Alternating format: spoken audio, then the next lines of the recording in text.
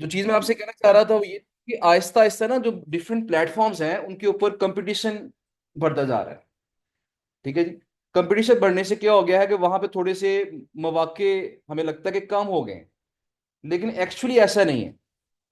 अब ये चीज याद रखिएगा कि जो गेस्ट पोस्टिंग लिंक बिल्डिंग जिस तरह गूगल की अपडेट्स आती है ना, साइटें नीचे गिरती हैं और हम क्या देखते हैं, हमारा काम बढ़ जाता है।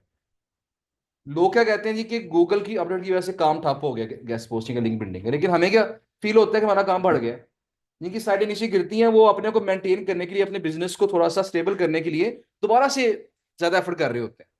हमारे काम में और इजाफा हो जाता है। इस तरह फाइवर के अंदर भी अगर आपको लगता है कि किसी वजह से कंपटीशन बढ़ गया या अकाउंट्स आपके नहीं बन पा रहे, तो हमने इसका ऑर्डर एंड वे निकालना है। जो मैंने फिलहाल जो चीजें नोटिस की हैं वो ये है कि अगर आपका गेस्ट पोस्टिंग के लिहाज से नहीं बन रहा अकाउंट, तो आप अपने स्किल को चेंज करें।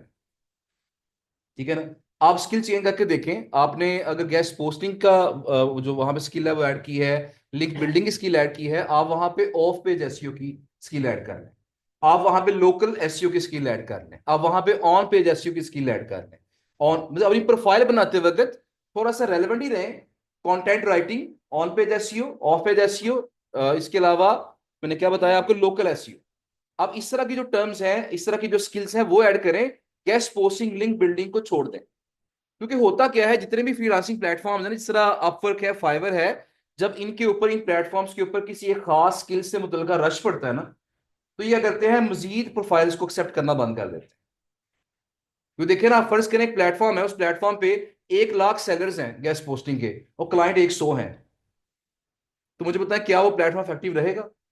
इफेक्टिव नहीं रहेगा, मुश्किल हो जाएगी ना।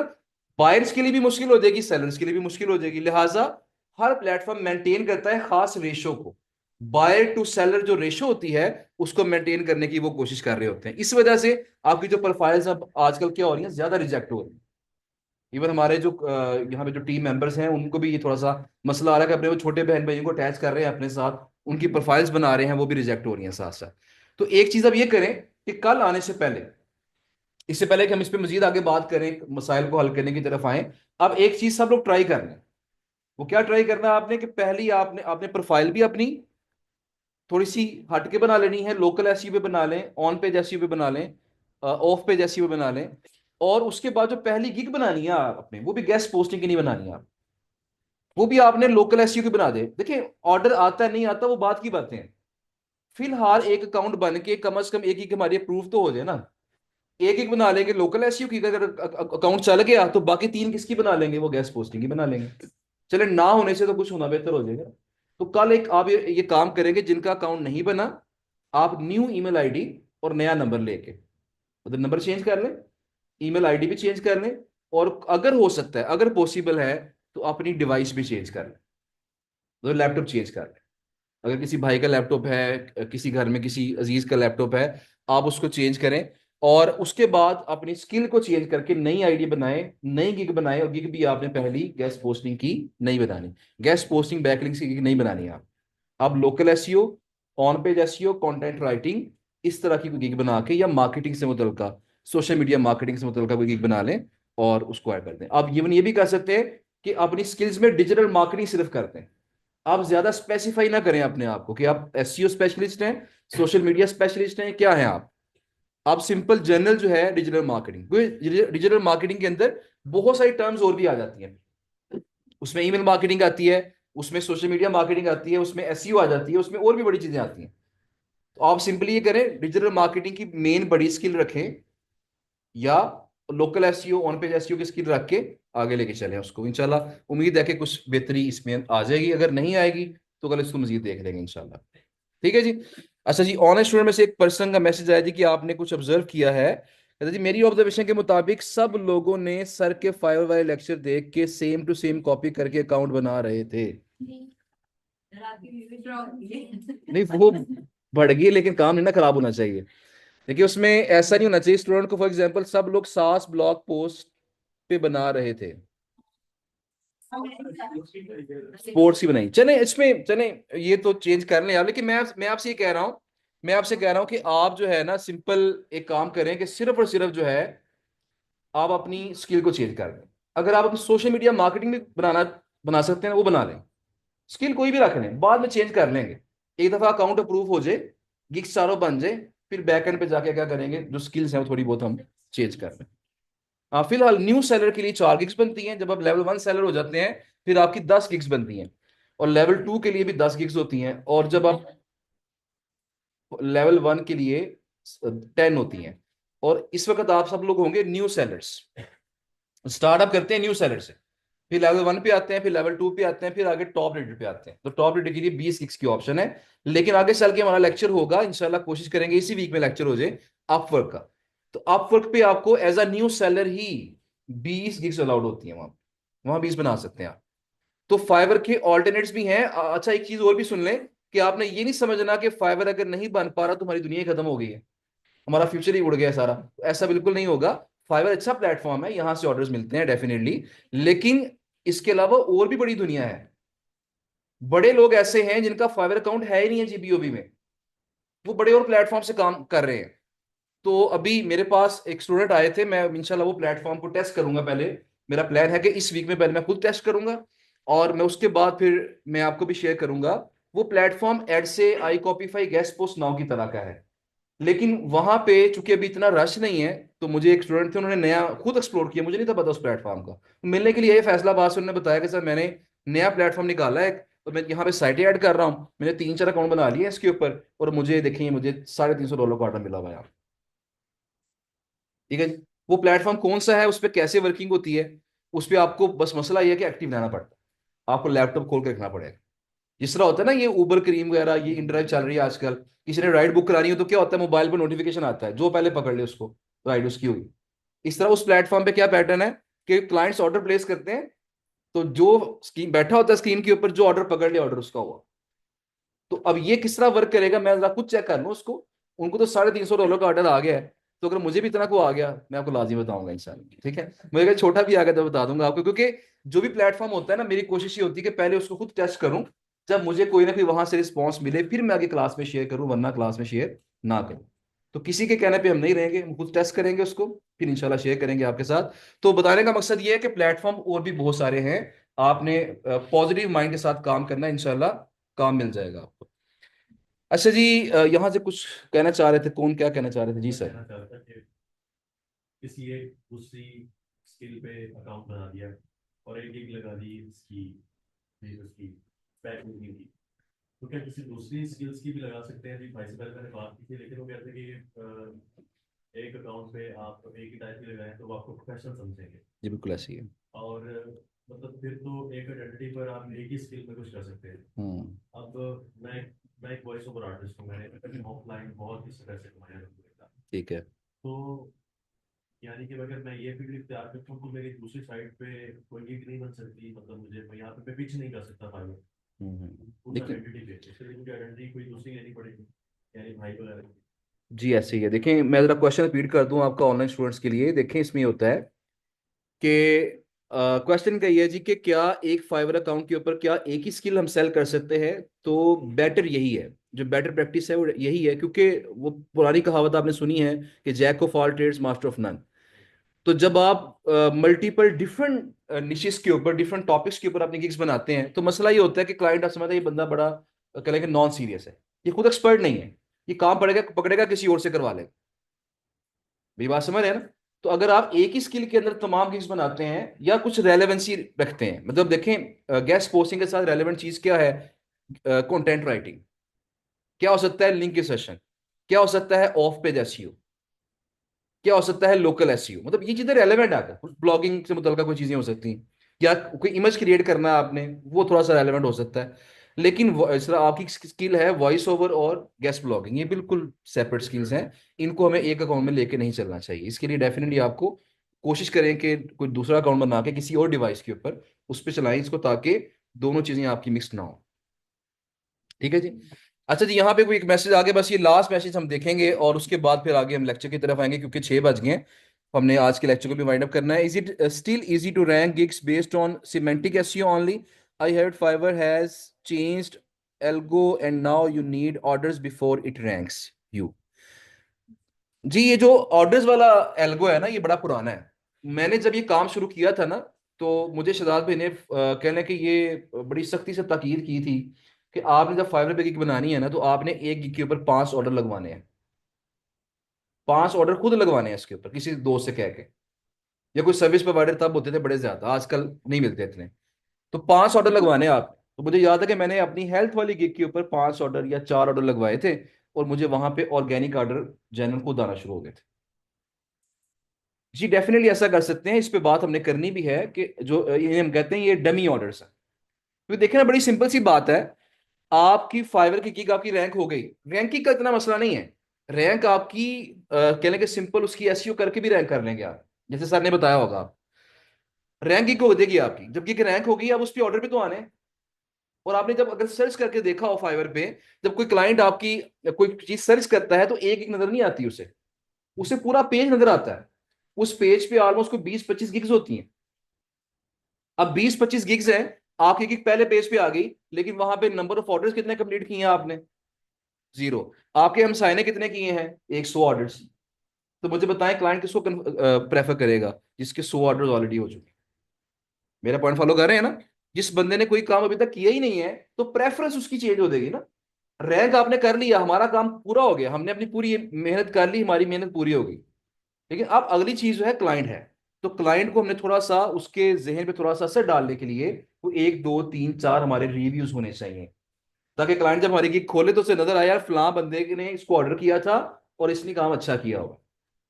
तो ये जो फेक रिव्यूज हैं या जो डमी रिव्यूज हैं, ये थोड़े से हमें साथ अपने अकाउंट को चलाने के लिए करने पड़ते हैं। ये बड़ी पुरानी चीज है। मुझे याद, जब मैंने इंजीनियरिंग की थी ना, तो इंजीनियरिंग करने के बाद मेरा प्लान था कि मैंने मास्टर के लिए अप्लाई करना है और साथ मैंने पीएचडी करनी है, मेरा पहले से प्लान था। लेकिन बाकी दोस्त चूंकि जा रहे थे इंडस्ट्री, मेरा इंडस्ट्री में जॉब करने का इतना प्लान नहीं था। कुछ ऐसा मैंने जॉब की है। तो मैंने क्या किया जी, हमने सब लोग निकले और उस वक्त चूंकि ज्यादा ऑनलाइन जमाना नहीं था होता इंटरनेट का, तो फैक्ट्रीज में जाके हम सीवी दे के आते थे। सीवी बांट के आते थे। तो हमने कुछ 100 को प्रिंट निकाले अपनी सीवीओं के। और लो जी, अब शेखपुरा रोड पे चले गए इंडस्ट्रीज के अंदर। कभी जो है ना, यहाँ पे ये रायवे रोड पे चले गए इंडस्ट्री में जाके वहां सीवी फेंकने के लिए। तो हम जाके सीवी देते थे। और मोस्टली 70 to 80% रिस्पॉन्स क्या होता था कि क्या कोई तजर्बा है आपका, एक्सपीरियंस। और हम लोग क्या कहते थे कि हमें जॉब देंगे तो तजर्बा हमारा होगा ना। जब तक हमें पहली जॉब ही नहीं मिलेगी तो तजर्बा कहाँ से आएगा? तो 20% ऐसे लोग थे फैक्ट्रीज के अंदर जो जिनको पता था यार ये बिल्कुल फ्रेश हैं। इनको हम अगर इंटर्निस के तौर पर पेड थोड़ी सी बहुत इनको पैसे पे कर दें, कोई 10-15 हजार, तो कम से कम तजर्बा इनका हो जाए। 20% लोग ये समझते थे, 80% लोग कहते थे पहले तजर्बा लेके आओ फिर जॉब देंगे आप। तो ये बड़ी पुरानी चीज चल रही है। तो यहाँ पे फाइबर पे भी ऐसे ही है। 1 2 3 ऑर्डर आपकी प्रोफाइल पे होंगे, अच्छे अच्छे रिव्यूज होंगे, कोई बंदा आपके बारे में कह रहा होगा कि इस बंदे ने काम मेरा बड़ा अच्छा किया है, तो फिर आपका जो ट्रस्ट है वो फैक्टर काफी ज्यादा बढ़ जाएगा आपके क्लाइंट के ऊपर। और ऑर्डर आने के या इंक्वायरी आने के चांसेस क्या हो जाएंगे, काफी ज्यादा इंप्रूव हो जाएंगे। लिहाजा ये ऑर्डर्स की बात हम करेंगे, मैं थोड़ी बहुत इस पे डिस्कशन इंशाल्लाह आगे चल के करूंगा। फिलहाल जरा सब दोस्तों का एक दफा अकाउंट बन जाए, अप्रूव हो जाए, उनकी वर्किंग स्टार्ट हो जाए, गिग्स 4 4 पूरी हो जाए। फिर मैं आपको बताऊंगा कि आपने ये जो ऑर्डर्स वाला काम है वो किस तरीके से करना है, ताकि आप सबका जो ट्रस्ट है क्लाइंट्स के ऊपर थोड़ा सा बेटर बिल्ड हो सके। पेपल अकाउंट नहीं बन रहा तो पेनियर का अकाउंट चल जाएगा जी। पेनियर अकाउंट लग सकता है फाइवर के साथ, पेनियर का अकाउंट लग सकता है। फाइवर पकड़ लेता है अब, और इज इट स्टिल वर्केबल? जी फाइवर पकड़ लेता है, लेकिन जब भी कोई बंदा सियाना होता है तो उससे ज्यादा सियाने लोग और आ जाते हैं। तो इसलिए हम भी थोड़े से ज्यादा सियाने हो गए हैं। अब फाइवर कैसे नहीं पकड़ेगा हमें, उस पर बात करेंगे इंशाल्लाह। लेकिन फिलहाल जी डेफिनेटली, ये किसने क्वेश्चन किया है? जी बिल्कुल ऐसे ही है, फाइबर के बगैर भी सर्वाइवल है। मतलब मैं अक्सर ही कहता हूँ, हमारा आगे लेक्चर आएगा लिंक्डइन का, हमारा आगे लेक्चर आएगा अपवर्क का, हमारा लेक्चर आएगा ब्लैक एंड वर्ल्ड का।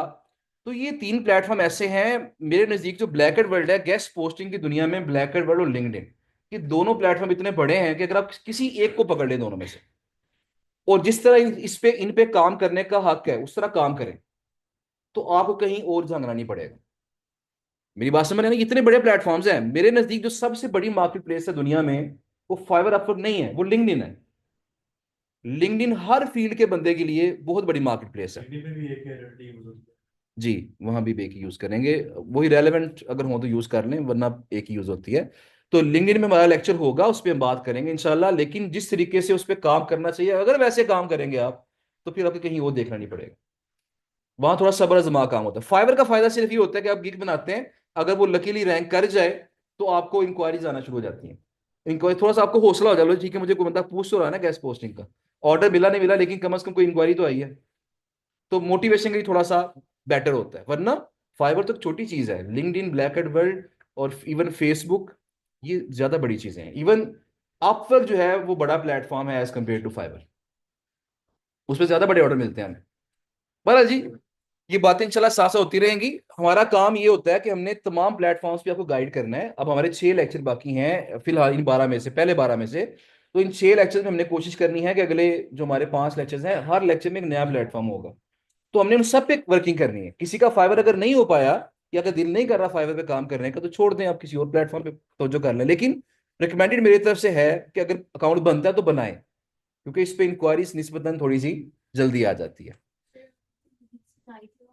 स्कैम इतने ज्यादा मैसेज आ गए, 10 मैंने 4 रील्स बनाई और चारों मुझे 10 टू 20 मैसेज आ गए, आप अपना मेल भेजो, मुझे अपना मेल भेजो, और ये वो हम आपसे ऑर्डर लेते हैं, और ये सारा स्कैम था।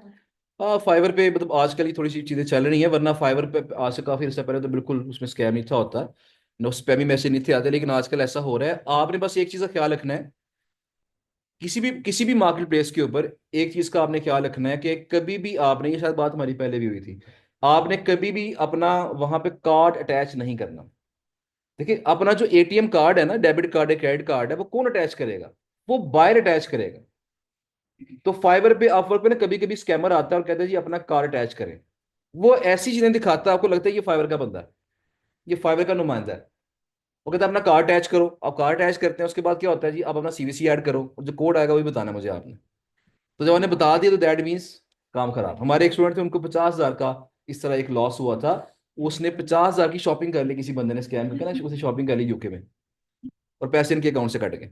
तो बस सिंपल एक चीज याद रखें, इन प्लेटफॉर्म्स के ऊपर आपने कार्ड कभी भी अटैच नहीं करना। कार्ड अटैच करने की जरूरत ही नहीं है आपको, तो बैंक अटैच करना पड़ेगा ना, पेमेंट रिसीव करनी है आपने, पेमेंट सेंड नहीं करनी है आप। ईमेल मतलब ये भी चीजें, मतलब कोई नया नया तरीका होगा स्कैम का। लेकिन ये है कि इसमें फिलहाल आप अच्छा एक बात और भी सुन लें, कि फाइवर है, अपवर्क है, इस तरह के जो इस तरह के जो प्लेटफॉर्म्स हैं, इन प्लेटफॉर्म्स के ऊपर अपने पर्सनल कॉन्टेक्ट्स को शेयर करना बैंड है। आपको पता है इस चीज का कि नहीं पता, कि अपने पर्सनल जो कॉन्टेक्ट्स हैं वो शेयर नहीं कर सकते। मतलब आप क्लाइंट ने फर्ज करें इंक्वायरी भेजी आपको, आपको लगा यार फाइवर तो 20% टैक्स काटता है, तो आपने क्लाइंट से कहा लो जी ये मेरा व्हाट्सएप नंबर है, जरा व्हाट्सएप में मैसेज करो मुझे। तो देखिए, क्या ये मार्केट में इतनी इतनी कह लें कि वो पागल होंगे कि वो क्लाइंट आपको फ्री में गिफ्ट कर दें और आप व्हाट्सएप पे लेके जाके डायरेक्ट उनसे ऑर्डर करवा लें? ऐसा नहीं होगा। जैसे आप व्हाट्सएप का वर्ड यूज करेंगे ना, तो फौरन आपको नोटिफिकेशन भेजेगा, मतलब नोटिफिकेशन आ जाएगा ये आप जो वर्ड यूज कर रहे हैं ये प्राइवेसी पॉलिसी के खिलाफ है। अगर तो क्लाइंट क्लाइंट की कोई रिक्वायरमेंट है तो फिर आप ये वर्ड इस्तेमाल कर सकते हैं, वरना आप इस वर्ड के साथ मैसेज नहीं कर सकते। इवन फाइवर पे तो अब ये है कि जो इस तरह के अल्फाज हैं, उनका मैसेज सेंड होते ही नहीं है। जो कॉमन वर्ड्स है ना इस तरह के, अगर आप वो यूज करें मैसेज में, वो सेंड ही नहीं होता, वो मॉडरेशन में चला जाता है। पहले फाइबर की टीम उसको देखती है कि क्या कहना चाह रहा है, फिर वो आगे सेंड होता है क्लाइंट। तो इसलिए पर्सनल कॉन्टेक्ट शेयर करना वहां वहां पे अलाउड नहीं है। तो कोई भी क्लाइंट अगर आपसे ये कहता है कि मेरे साथ ईमेल पे आ जाओ, इवन मतलब ये होता है, मोस्टली होता है क्या नाम है, टेलीग्राम। मोस्टली जो स्कैमर्स हैं वो आपको टेलीग्राम पे बुलाते हैं। तो टेलीग्राम पे आ जाएं, ईमेल पे आ जाएं, व्हाट्सएप पे आ जाएं, तो ये चीजें आपने फिलहाल इग्नोर करनी है, ऐसा हमने नहीं करना। अच्छा जी, पेपाल के हवाले से ना काफी ज्यादा मुझे मैसेज नजर आ रहे हैं, पेपाल के हवाले से बात कर लेंगे इंशाल्लाह। और अगर हो सका तो मैं कोशिश करूंगा कि जो पेपाल की सर्विस प्रोवाइड करते हैं, जो हमारी तरफ से रिकमेंडेड हैं, हमारे बड़े अच्छे पुराने दोस्त भी हैं, इमरान बेग साहब, उनका नंबर भी शायद आई थिंक मैंने उनका चैनल का लिंक अपनी वेबसाइट पे दिया हुआ है, यूट्यूब चैनल का।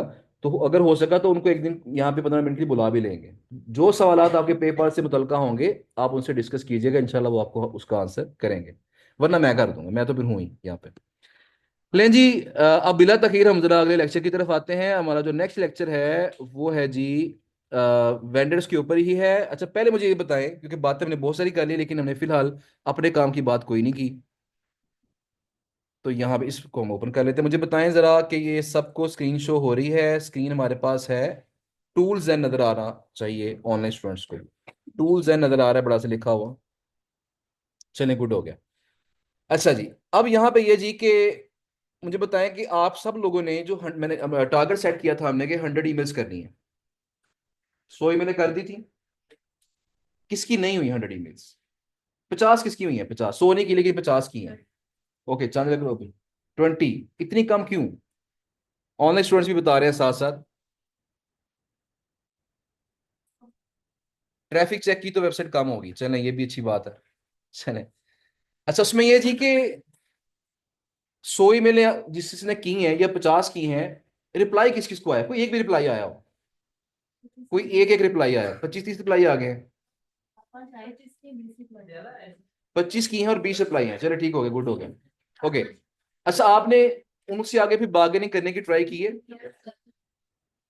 डील डन कर ली है, चले गुड है। अच्छा, अब आपने क्या करना है, देखिए जरा पहले बात वो कर लेते हैं, फिर मैं बाकी पॉइंट की तरफ आता हूँ। कि देखिए इसमें जब किसी वेंडर को आप मेल करते हैं ना कि मुझे गेस्ट पोस्ट चाहिए, तो आगे से वो आपको रिप्लाई करता है अगर, तो रिप्लाई क्या हो सकता है? तो प्राइस बताएगा आपको, चलो जी हमारी ये प्राइस है और ये हमारी गाइडलाइंस है, इसको आप पढ़ लें।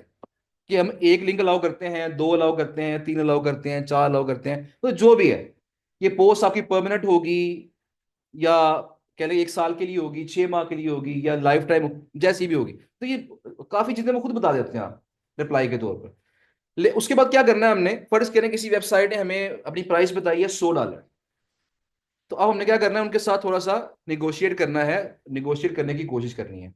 अब मैं पिछली क्लास में ये बता रहा था बैच 53 के अंदर कि आज से तकरीबन 1 साल पहले हम साइटों के साथ बहुत ज्यादा निगोशिएट कर लेते थे, लेकिन रिसेंटली क्या हुआ है कि साइटें अब ज्यादा निगोशिएट नहीं कर रही। उसकी वजह यह है कि मेल्स उनको बहुत ज्यादा जा रही हैं। एक बंदे को 100 मेलें जा रही हैं रोजाना। तो अगर एक बंदे को, एक एडमिन को, एक वेबसाइट के मालिक को 100 मेलें रोजाना आ रही हैं, वो 100 बंदों के साथ सर खपाए, ऐसा पॉसिबल नहीं। जिन लोगों ने सर खपाने के लिए अलग बंदा हायर किया हुआ है, वो कर लेते हैं। लेकिन वरना क्या होता है, अगले बंदे ने $100 प्राइस डिमांड किया आपसे, आपने कहा जी $50 मैं आपको पे करूंगा, उसने कहा जी नॉट इंटरेस्टेड। उस सीधा रिप्लाई क्या आता है, नॉट इंटरेस्टेड। क्या होता है, $100 डिमांड किया, आपने कहा जी $20 ले लो, उसने जवाब ही नहीं दिया आपको आगे से। ऐसा हो सकता है ना, आजकल ऐसा हो रहा है, ज्यादा ऐसा हो रहा है, लिहाजा हमने ज्यादा। और खतरनाक चीज क्या है, ये चीजें खतरनाक नहीं है, ऐसे रिप्लाई खतरनाक नहीं है। खतरनाक ये है कि अगला बंदे ने $100 कहा, मैंने कहा जी $10 ले लो, उसने मेरी मुझे मुझे ब्लॉक कर दिया उसने। ये खतरनाक चीज है, क्योंकि जब आपको 4-5 लोग ब्लॉक करेंगे ना, अगली मेले आपकी स्पैम में जाना शुरू हो जाएगी। तो लिहाजा मैं ये कहता हूँ, रिकमेंड ये करता हूँ कि आजकल के दौर में आपने बार्गेनिंग ज्यादा नहीं करनी, हल्की फुल्की बार्गेनिंग करें। प्राइस अगर अगला बंदा कम करता है तो ठीक है, नहीं करता कोई मसला नहीं, आप उसको अपने लिए शीट में नोट कर लें। क्योंकि हमने जिस प्राइस में डील डन करनी है ना, डेफिनेटली हमने उससे ऊपर क्लाइंट क्लाइंट को प्राइस बतानी है हमने। अगर हमारी डील हुई है 100 में, हम क्लाइंट को 110 बताएंगे। अगर 90 में हो जाएगी हम 100 बता देंगे, 80 में हो जाएगी हम 90 बता देंगे। ऐसे ही है ना, मतलब उसमें ये मैं एग्जांपल बता रहा हूँ, आप 100 वाली को 200 भी बता सकते हैं। वो वेरी करता है, क्लाइंट टू क्लाइंट ये चीजें चेंज हो रही होती हैं। तो हमारी जितने भी डील होगी, हमने क्लाइंट को थोड़ा सा ऊपर रख के ही हमने बताना है, तो हमें प्रॉफिट हो जाएगा, फिर मसला नहीं है इतना। तो हमने फिलहाल ज्यादा बार्गेनिंग, ज्यादा हमने इसरार नहीं करना, हल्की फुल्की बार्गेनिंग करेंगे, अच्छे अंदाज से बार्गेनिंग करेंगे, प्रोफेशनल तरीके से बार्गेनिंग करेंगे, ताकि अगले बंदे को बुरा महसूस ना हो। कैसे करेंगे आप जरा देखिएगा। फर्ज करें किसी बंदे को आपने मेल की, उसने कहा जी $100 प्राइस होगी गैस पोस्ट की, और ब्ला ब्ला जो भी चीज उसने कही ऐसा होगा। तो अब आपने उससे क्या कहना है, उसने मल्टीपल चीजें हो सकती हैं। पहली चीज क्या हो सकती है कि आप उससे कहेंगे मैं एक फ्रीलांसर हूं और मेरे पास मल्टीपल क्लाइंट्स होते हैं, और जिनको मैं आपकी साइट प्रेजेंट कर सकता हूं और आपको मल्टीपल ऑर्डर मिल सकते हैं, लेकिन मेरे जो क्लाइंट्स हैं जिनके साथ मैं काम कर चुका हूं या कर रहा हूं, उन क्लाइंट्स का जो एवरेज बजट है वो $20 के अराउंड। देखिए एक एक बात क्या है, अगर मैंने 100 कहा, आपने कहा 20, तो ये उससे बड़ा बुरा लगेगा। लेकिन अगर उसे प्रॉपर एक थोड़ी तमहीद बांध के थोड़ी सी, फिर उसे 20 कहेंगे, तो ये कम से कम बुरा नहीं लगेगा उसे। आगे से चाहे वो ना कर दे, आपको ब्लॉक नहीं करेगा। मेरी बात समझ रहे हैं ना? तो हमने अपनी बातचीत में जो प्रोफेशनल टच है वो लाजमी हमने रखना है, ताकि अगले बंदे को महसूस हो कि ये बंदा कोई आम बंदा नहीं, इसके पास नॉलेज है, ये बंदा प्रोफेशनल है। तो पहली ऑप्शन तो हमारे पास ये होगी कि हमने उसे इस तरीके से कहा, उसे 20 कहा, वो फर्ज करें मान गया तो हमने डील क्लोज कर ली। नहीं माना, अब क्या रिस्पॉन्सेस क्या हो सकते हैं? पहला रिस्पॉन्स ये हो सकता है कि वो आपसे कहे जी कि ठीक है, आप ऐसा करें, 20 तो नहीं, आप 30 कर लें। इसका मतलब क्या है, इस रिस्पॉन्स का मतलब ये है कि वो बंदा बार्गेनिंग में इंटरेस्टेड है। तो उसे हम क्या कहेंगे, ऐसा करो चलो 25 कर लो, ना तुम्हारी ना मेरी, 25 कर लो। ये आपने कहना नहीं है वैसे, ना तुम्हारी ना मेरी, मतलब वैसे कह रहा हूं मैं एग्जाम्पल के तौर पर। आपने कह दिया, चले ये भी अच्छी बात है। तो जरा ये बात हम पूरी कर लें, उसके बाद फिर मैं आपकी बात सुनता हूँ। तो आपने उसे 25 में क्या किया, डील को डन कर लिया। अच्छा, बात का क्या होता है, रिस्पॉन्स आपको क्या आता है, आपने उसने 100 कहा, आपने 20 कहा, उसने कहा जी prices are fixed, non negotiable, ये कम नहीं होगी। आपने कहा ठीक है जी, ओके। आपने ओके कह के उसे कह दिया जैसे मेरा आर्टिकल रेडी होगा मैं आपको फॉरवर्ड कर दूँ। ये कह के हमने बात खत्म कर दी। उसकी बात चुप करके अपनी शीट में आपने नोट कर ली। अब क्या होगा, अब शीट में आपने $100 प्राइस नोट कर ली है। अब जो क्लाइंट को आपने शीट भेजनी है उसकी प्राइस आप कम से कम 105, 110, 120 जो भी आपने प्रॉफिट रखना है वो रख के आगे भेजेंगे। अब क्या होगा, अगर फर्स्ट, क्योंकि देखिए हमने अगर 100 साइटें आउटरीच की है ना, अब मैंने शुरू के जमाने में जो साइटें आउटरीच की थी उनमें से कई साइटें ऐसी हैं जिन पे मैंने आज तक कोई ऑर्डर नहीं लगवाया। और जो वेंडर्स हैं वो ज्यादा तंग भी इस चीज से हो रहे हैं कि फ्रीलांसर्स पूछ लेते हैं, बार्गेनिंग कर लेते हैं, दिमाग खा लेते हैं, लेकिन ऑर्डर नहीं देते। और हम ऑर्डर कब देंगे, जब क्लाइंट हमारे पास आएगा। अगर क्लाइंट फर्ज करें वो साइट सेलेक्ट ही नहीं कर रहा, तो हम कैसे उसको ऑर्डर दे दें, पॉसिबल नहीं ना है। हाँ, जिस बंदे की अपनी साइट है, वो अपनी साइट के लिए गेस्ट पोस्टिंग करवाना चाह रहा है, वो डेफिनेटली हर बंदे को ऑर्डर दे सकता है। तो थोड़े से वेंडर तंग हो जाते हैं। हमने क्या कहना जी, जैसे ही मेरा आर्टिकल रेडी होगा हम आपको आपको फॉरवर्ड कर देंगे। ये कह के हमने बात क्लोज की, डील क्लोज करके उसके ऊपर लेबल लगा दिया कि हमारी डील क्लोज हो चुकी है। ईमेल पे लेबल कैसे लगाना है, ये बात हुई है कि नहीं हुई वाली, मैं अभी आपको बताता हूँ इंशाल्लाह। ओके, मैं उसके ऊपर लेबल लगा दिया कि ये हमारी डील जो है वो क्लोज हो चुकी है। ठीक है जी। अच्छा, अब क्या होगा, फर्ज करें फ्यूचर में महीने बाद, हफ्ते बाद, 2 हफ्ते बाद क्लाइंट को ऐसा मिल गया जिसने वो साइट सेलेक्ट कर ली। क्लाइंट से आर्टिकल ले लेंगे और क्लाइंट को आपने 110 बताई हुई प्राइस, क्लाइंट से $110 लिए, आर्टिकल लिया, और जब इस साइट को फॉरवर्ड किया, उसे उसे आपने एक ट्राई मार लेनी है ना। क्या ट्राई मारेंगे, यार ये मेरे पास एक आर्टिकल है, ये मैं पब्लिश करवाना चाहता हूँ, लेकिन मेरे क्लाइंट का जो बजट है वो $80 है। अब ज्यादा बार्गेनिंग ना करें उसके साथ, कोई 5-10 छुड़वाने की कोशिश कर लें। जो मेरा बजट है वो $80 है, आपने 100 प्राइस बताई थी, लेकिन क्या 80 पे पब्लिश कर सकते हैं आप। अब देखिए क्या होता है, जब वो आर्टिकल उसके पास होता है ना, उसे फिर पैसे नजर आ रहे होते हैं कि जैसे मैं पब्लिश करूंगा मुझे $80 मिल जाएंगे। पहले क्या है, वहां में बात हो रही है कि आर्टिकल आएगा नहीं आएगा, कब आएगा, ये कोई पता नहीं उसे, इसलिए थोड़ा सा वो रिजेक्ट हो जाता है। लेकिन जैसे ही आपने आर्टिकल फॉरवर्ड कर दिया कि ये आर्टिकल है, क्या आप इतने में पब्लिश कर सकते हैं, तो वो मोस्टली क्या करेगा, वो मान जाता है। अगर 80 में पब्लिश कर दिया उसने, तो इसका मतलब क्या है कि आपका जो प्रॉफिट मार्जिन है वो 10 से बढ़ के कितना हो गया, वो 30 हो गया। क्लाइंट से आप ऑलरेडी 110 ले चुके हैं। और एक तो दो फायदे हुए ना, एक तो इस ऑर्डर में प्रॉफिट मार्जिन आपका बढ़ गया, नंबर टू आपने शीट में उसकी प्राइस नोट कर ली कि इसकी प्राइस जो है ना वो $80 है, और क्लाइंट को मैंने 90 बताना है। अब नेक्स्ट टाइम के लिए आपने उसकी प्राइस 90 कर दी। मेरी बात समझ रहे हैं, क्योंकि अच्छी बार्गेनिंग आपकी तभी होगी जब आपके पास कोई चीज होगी, प्रोवाइड करने के लिए डाटा आपके पास है। तो लिहाजा मैं हमेशा अब ये कह रहा हूं, मतलब पिछले कोई 4-5 बैचेस से मेरी बात यही हो रही है कि आपने इनिशियली जब आपके पास कोई क्लाइंट नहीं है, कोई डाटा नहीं है आपके पास प्रोवाइड करने के लिए, तो आपने ज्यादा बार्गेनिंग नहीं करनी है, वरना वो गुस्सा करके ब्लॉक कर सकते हैं आप। तो बजाय फायदा होने के उल्टा क्या हो जाएगा, नुकसान हो जाएगा। फिलहाल हल्की फुल्की जितनी बार्गेनिंग होती है वो करें, और करने के बाद आप प्राइसेस को अपनी शीट में नोट कर लें। इंशाल्लाह उन प्राइसेस से ऊपर ही क्लाइंट मिलेगा आपको, उन प्राइसेस से नीचे नहीं मिलेगा। हाँ, कई क्लाइंट ऐसे होते हैं जिनको प्राइसेस का आइडिया नहीं होता, वो प्राइस साइड महंगी होती है लेकिन वो सस्ते में चाह रहे होते हैं। तो वो असल में मोस्टली क्या होते हैं, विंडो शॉपर्स होते हैं। विंडो शॉपिंग करने वाले लोग होते हैं जो सिर्फ पता करना चाह रहे हैं यार क्या इसकी साइट कितने में मिलेगी। इवन फेसबुक पे क्या होता है, कई लोगों ने पोस्ट लगाई होती है जी मुझे Forbes.com पे गैस पहुंच चाहिए, मेरा बजट $5 है।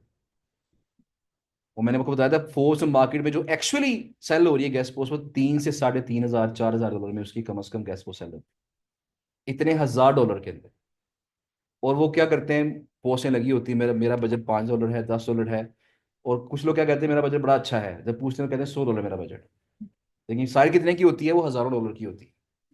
तो बहरहाल क्लाइंट्स भी ऐसे होते हैं, फिर वेंडर भी कुछ ऐसे मिल जाते हैं। अच्छा जी, अब पहली चीज तो मैंने बताई कि बार्गेनिंग आप इस एतबार से कर सकते हैं। अगला पॉइंट क्या है, जो लोग अच्छी अच्छी बार्गेनिंग करना चाहते हैं वो थोड़ा टाइम टेकिंग प्रोसेस है, मतलब मजीद प्रोफेशनल। वो क्या है, वो तरीकाकार ये होता है कि आप साइट खोलें, साइट ओपन करें, और साइट ओपन करके उसके जो टॉपिक्स हैं वो जरा चेक कर लें।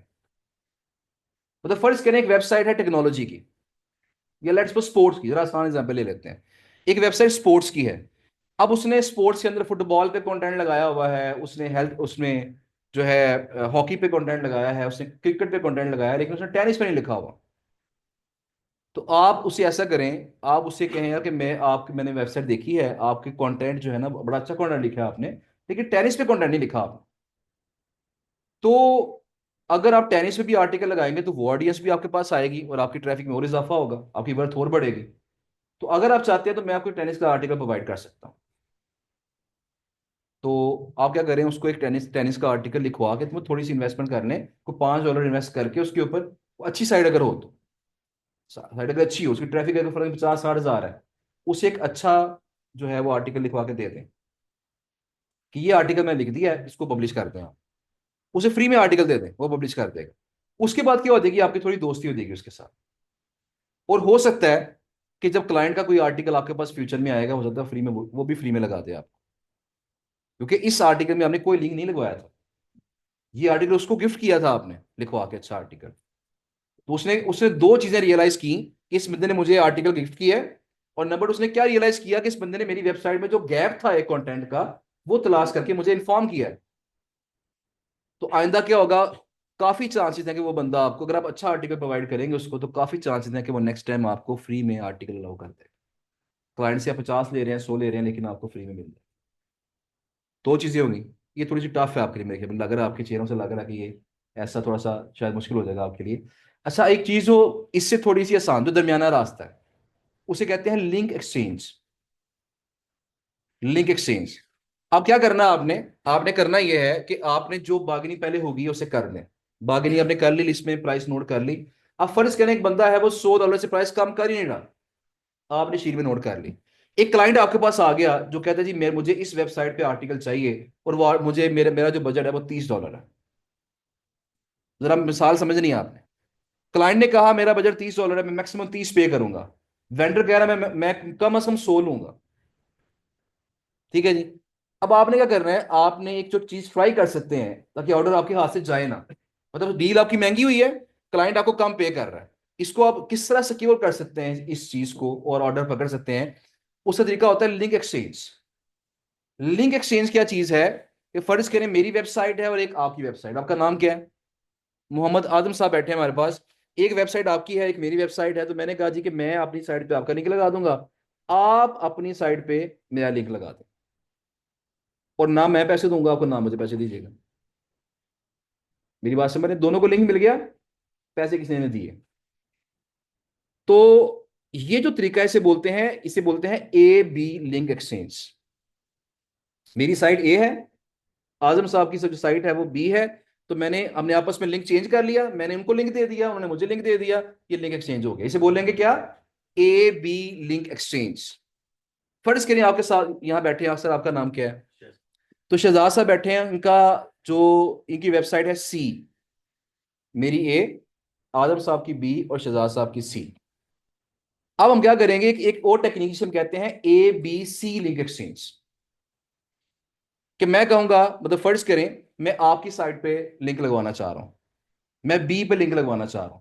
मैं आपसे कहूंगा ये ऐसा है जी कि आप मेरा मेरा मेरी गेस्ट पोस्ट पब्लिश कर दें, मैं आपका लिंक किसी अच्छी साइट पे लगवा दूंगा, इसके बदले मुझसे पैसे ना लो आप, मैं उसके बदले आपका लिंक किसी अच्छी साइट पे लगवाऊंगा। और मैं कहाँ लगवा दूंगा, सी साइट के ऊपर, शहजाद साहब की साइट पे।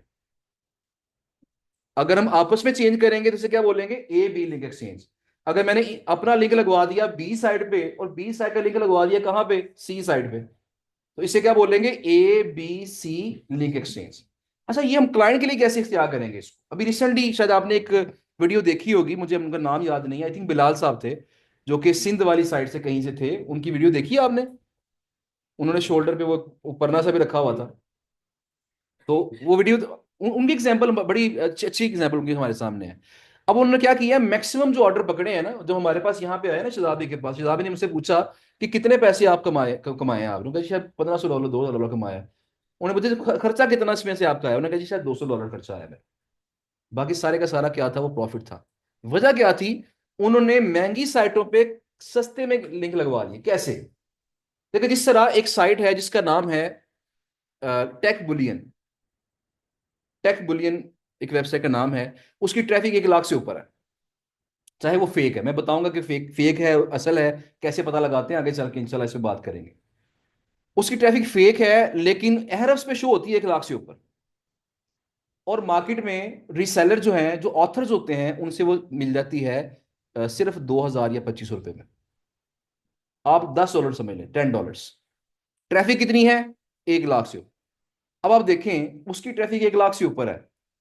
आप जो 50,000 वाली साइटें हैं जिनकी 50,000 ट्रैफिक है, उनको उनसे रब्ता करें, उनसे कहें कि अगर मैं आपका लिंक लगवा दूं इनके ऊपर, टेक बुलियन के ऊपर, इसकी ट्रैफिक आपसे ज्यादा है, तो क्या आप ये लिंक एक्सचेंज अलाउ करेंगे? आप फर्ज करें वो बंदा मांग रहा था $100, आपने $100 देने की बजाय उससे लिंक एक्सचेंज की डील कर ली। जो 100 आपने उसको देना था, आपने 10 दिए किसको? टेक बुलियन को। उसका लिंक उस पर लगवा दिया, और जो महंगी साइट थी उस पर लिंक, उस पर लिंक किसका लगवा दिया? अपने क्लाइंट का। दोबारा सुन लें, शायद थोड़ी सी ये बात कंफ्यूजिंग हो रही है, दोबारा सुन लें, कुछ लोगों को समझ आ गई होगी डेफिनेटली। इसे क्या बोलेंगे? ABC link. अब मेरी साइट नहीं है, हमारी साइट नहीं है, क्लाइंट ने कहा जी, फर्ज करे कर लेते हैं, क्लाइंट ने कहा मुझे designsvalley.com चाहिए। डिजाइन वैली से रब्ता किया आपने, उसने कहा जी मेरा, मेरी जो प्राइस है वो $100 है, लेट्स सपोज। क्लाइंट ने कहा मुझे डिजाइन वैली पे पोस्ट लगा के दो, लेकिन मेरा बजट $20 है।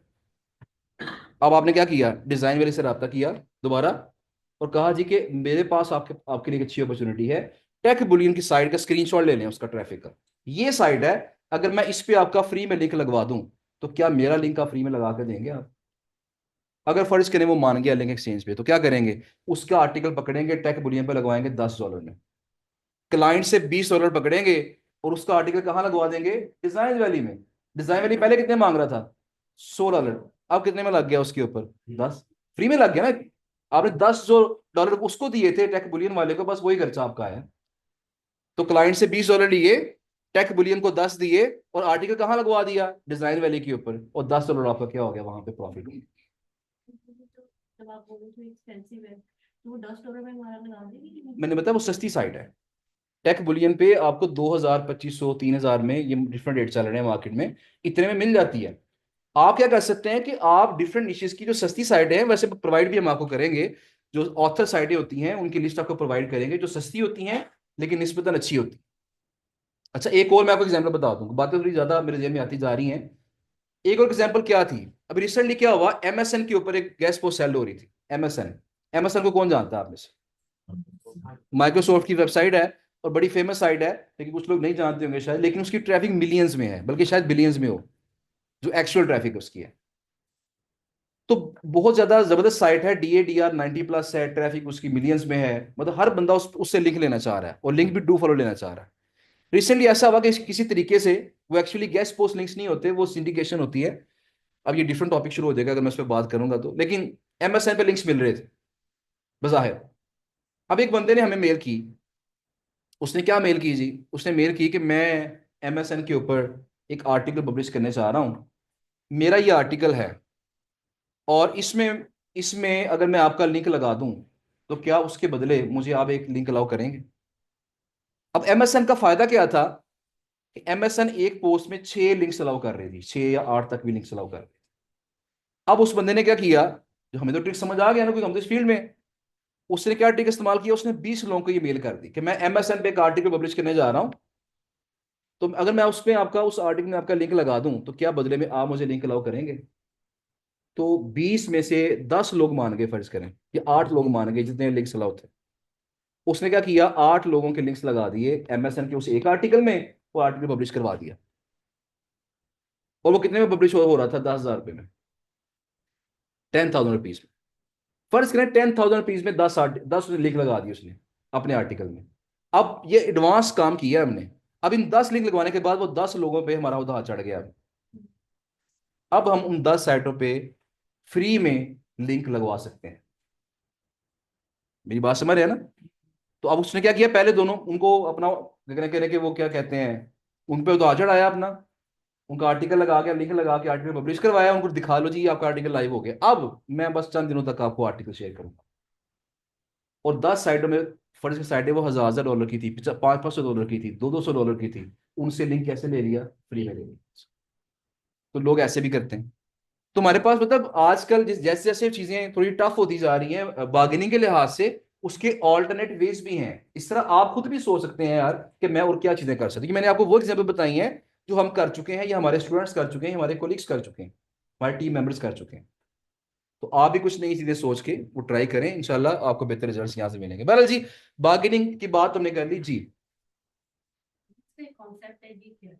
ओके, अच्छा, डील्स का कॉन्सेप्ट मतलब डील किस हवाले से?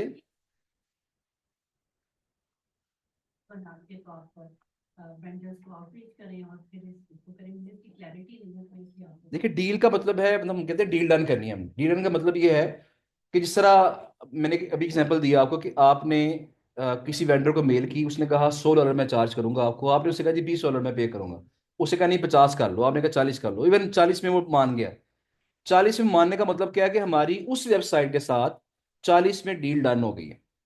हमने अपनी लिस्ट के अंदर जहां पे उस वेबसाइट का नाम लिखा हुआ था, हमने कॉलम के अंदर, प्राइस वाले कॉलम के अंदर उसका क्या नोट कर ली, $40 प्राइस। इसका मतलब ये है कि हमारी डील ये डन होगी। ठीक है। इससे हमने क्या करना है, हमने कोई 15 20 30 साइटों के साथ डील डन करनी है। फिर हमने उन साइटों के मुताबिक आगे से क्लाइंट्स ढूंढने हैं। मतलब अगर फर्ज करें मैंने मेरी मेरी डील हो गई है, मेरी बात मुकम्मल हो गई है 20 वेंडर के साथ, और वो 20 वेंडर कौन से हैं, वो फैशन के हैं। अब मैं फैशन से मुतलका क्लाइंट ढूंढूंगा और मैं उनको ये 20 साइटें दिखाऊंगा जिनके साथ मेरी डील, मतलब प्राइस तय हो चुकी है। डील का मतलब ये है प्राइस तय हो चुकी है, हमारी हमारी प्राइस फाइनलाइज हो चुकी है। मैं अब उन फैशन के जो क्लाइंट्स होंगे उनको मैं 20 साइटें ये दिखाऊंगा। अगर उनको इन 20 में से कोई साइट पसंद आएगी, वो मुझे उस पर ऑर्डर दे देंगे, तो जी मेरा आर्टिकल इस वेबसाइट पर लगा। इसमें कुछ दस्ता बन सकता है कि जैसे जिनके पास ऑलरेडी फैशन की वो है, वेबसाइट्स हैं, मेरे पास नहीं है, मैं किसी और से लेना चाह रही हूँ, वो उसको थोड़ा सा एक्सप्लेन जी इसमें भी डेफिनेटली ऐसा हो सकता है, मतलब ये इसको थोड़ा सा ये कह दें कि नेटवर्किंग की बात हम कर सकते हैं कि नेटवर्किंग बड़ी इंपॉर्टेंट है इस फील्ड के अंदर। नेटवर्किंग से मुराद यहाँ पे ये देखें, हर बंदा दुनिया की हर साइट को आउटरीच नहीं कर सकता। इवन मैंने अपने कई स्टूडेंट्स से, जो हमारे जीबीए के स्टूडेंट्स होते हैं, मैंने कई अपने स्टूडेंट्स से मल्टीपल ऑर्डर्स लगवाए हैं। वो साइट मेरे पास नहीं थी होती, मेरे किसी स्टूडेंट ने आउटरीच किया है, मैंने उनसे ऑर्डर लगवा लिया। इस तरह हमारे जो स्टूडेंट्स हैं वो हमसे ऑर्डर लगवा लेते हैं। तो ये मिलजुल के ही काम चलता है। इसमें हम यहाँ पे एज ग्रुप क्या कर सकते हैं, मतलब फर्ज करें क्लास के अंदर इस वक्त वैसे तो ओवरऑल टोटल मिला के 250 प्लस स्टूडेंट्स हैं। तो मैंने एक क्लास में एक्सपेरिमेंट किया था, मैंने शायद जिक्र भी किया था आपके साथ, कि अगर आप सिर्फ एक काम करें, एक काम ये करें कि अगर फर्ज करें 260 लोग हैं, 250 लोग हैं, 10 10 लोगों का ग्रुप बना लें। और 10 लोगों का ग्रुप बना के कितने ग्रुप बनेंगे, ये 25 ग्रुप बन जाएंगे। ऐसे ही है ना। ए और बी दोनों दोनों बैचेस मिला के ये 25 ग्रुप बन के फर्ज करें आपके। अगर हर ग्रुप जो है 10 बंदों का एक ग्रुप, एक निश चूज कर ले कि पहले 10 बंदों के पहले ग्रुप ने क्या करना है, सिर्फ फैशन की साइटें आउटरीच करनी है। 10 बंदों के अगले ग्रुप ने क्या करना है, सिर्फ टेक्नोलॉजी की साइटें आउटरीच करनी है। इस तरह क्या होगा, 25 ग्रुप्स हैं, तो 25 डिफरेंट निशेस की साइटें क्या हो जाएंगी, आउटरीच हो जाएंगी। और अगर 10 बंदों का एक ग्रुप सिर्फ क्या करे, हर बंदा 10 10 साइटें आउटरीच करे, एक ग्रुप में कितनी साइटें हुई, 100। और 25 ग्रुप में कितनी साइटें हुई, 2500। और वो 25 डिफरेंट निशेस की हैं। मेरी बात समझ रहे हैं ना। तो देखिए मैं हमेशा ये बात कहता हूँ कि आपका जो व्हाट्सएप ग्रुप है, आप यहाँ पे इकट्ठे आके बैठते हैं, आप बातचीत करते हैं, तो बजाय इसके कि फजूल डिस्कशन हो, उससे बेहतर है कि आपस में अपने काम की डिस्कशन करें और कंस्ट्रक्टिव तरीके से लेके चलें इसको। और अगर आप ऐसा कर लेते हैं, ऐसा हुआ भी है पिछले बैचेस में, मैंने जब मशवरा दिया कुछ लोगों ने ऐसा काम किया। आज ही मेरे पास एक पर्सन आए हुए थे, उन्होंने क्या किया है कि 5 6 लोगों ने मिलकर एक वेबसाइट बना लिया, अपनी कंपनी बना ली उन्होंने, पार्टनरशिप कर ली। लेकिन पार्टनरशिप में सबसे जो मेन चीज होती है वो ये होता है कि आपकी नीयत साफ होनी चाहिए। अगर सबकी नीयत साफ है तो पार्टनरशिप लॉन्ग टर्म चलती है, वरना काम खराब हो जाता है। उन्होंने क्या किया, अपनी अपनी कंपनी बना ली है, उसी वेबसाइट बना बिल्ड कर लिया। आज मेरे पास वो आया था, मुझे बताएं मैं इसको कैसे चलाऊँ आगे। उन्हें फिर मैंने गाइड किया कि आप अपनी ईमेल्स बनाएं, जनरेट करें, और प्रोफेशनल ईमेल आईडी से फिर आगे वेंडर्स को या क्लाइंट्स को आप अप्रोच करें, उससे रिस्पॉन्स आपको इंशाल्लाह मजीद बेहतर बेटर आएगा। तो इस तरह हम आपस में मिलजुल के काम कर सकते हैं, इसमें नहीं। इवन अब जब आप इंटर्नशिप में आएंगे, फिलहाल तो अभी आप सीख रहे हैं, जब इंटर्नशिप में आएंगे तो मैंने अपने जो टीम मेंबर्स हैं उनको मैंने ये चीज़ समझाई हुई है कि चूंकि इस क्लास में हमारे पास माशाल्लाह काफ़ी बेहतर स्टूडेंट्स हैं, ज़्यादा स्टूडेंट्स भी हैं और अच्छे काम करने वाले लोग भी हैं। तो इंटर्नशिप में मेरी कोशिश ये है कि इस चीज़ को मैं खुद सुपरवाइज करवाऊँ और आपकी आपसे स्पेसिफिक टॉपिक्स के ऊपर आउटरीच करवा के जो जो डाटा आप आउटरीच करेंगे उस लिस्ट को हम कंबाइन करेंगे और आपको दे देंगे। तो फर्स्ट करें 100 लोगों ने 1000 साइटें आउटरीच की हैं, वो 1000 साइटों के लिए हर बंदे को दे दी जाएगी, लो जी 1000 डाटा सबके पास। एक बंदे ने साइटें आउटरीच की हैं 10, लेकिन लिस्ट उसे कितने की मिल गई है, 1000 की। मेरा पॉइंट फॉलो कर रहे हैं ना। इसमें इसको हम किस तरह लेके चलेंगे, इंटर्नशिप में इंशाल्लाह बात करेंगे, और जो ऑनलाइन स्टूडेंट्स हैं उनको भी हम साथ अटैच करने की कोशिश करेंगे इंटर्नशिप के दौरान, ताकि वो भी इस ग्रुप का पार्ट बन सकें और कम टाइम के अंदर हम ज्यादा काम कर सकें। और जल्द से जल्द हम सबको क्लाइंट्स मिल सके। हम लोग क्या करते हैं, मतलब जब मेरा काम चलता है, किसी भी स्टूडेंट के साथ हम काम करते हैं, तो हम प्रॉफिट शेयर कर लेते हैं उनके साथ। साइट उनके पास है जो वेंडर की है, क्लाइंट मेरे पास है, हमने ऑर्डर मुकम्मल किया, मैंने कुछ परसेंटेज उनके साथ शेयर कर ली, उनका भी फायदा हो गया, मेरा भी फायदा हो गया। उनके पास क्लाइंट है, मेरे पास साइट है, उन्होंने ऑर्डर मुकम्मल किया, कुछ परसेंटेज मेरे साथ शेयर कर, सबका फायदा हो गया इसके। इसी तरीके से मिलजुल के काम चल जाता है, क्योंकि लिंक बिल्डिंग की फील्ड में डाटा ज्यादा होना और अच्छा होना ये बड़ी जबरदस्त चीज है। अगर डाटा कम होगा, ज्यादा मतलब बहुत कम होगा या अच्छा नहीं होगा, तो क्लाइंट्स पकड़ना आमतौर पर मुश्किल हो जाता है। ओके जी। अच्छा, बात हमारी क्या चल रही थी जी, आप क्वेश्चन पूछ लें, उसके बाद हम अगले पॉइंट की तरफ आएंगे। क्या कीवर्ड रैंकिंग होती है। कीवर्ड रैंकिंग, आप उसमें क्या बताना है मैंने?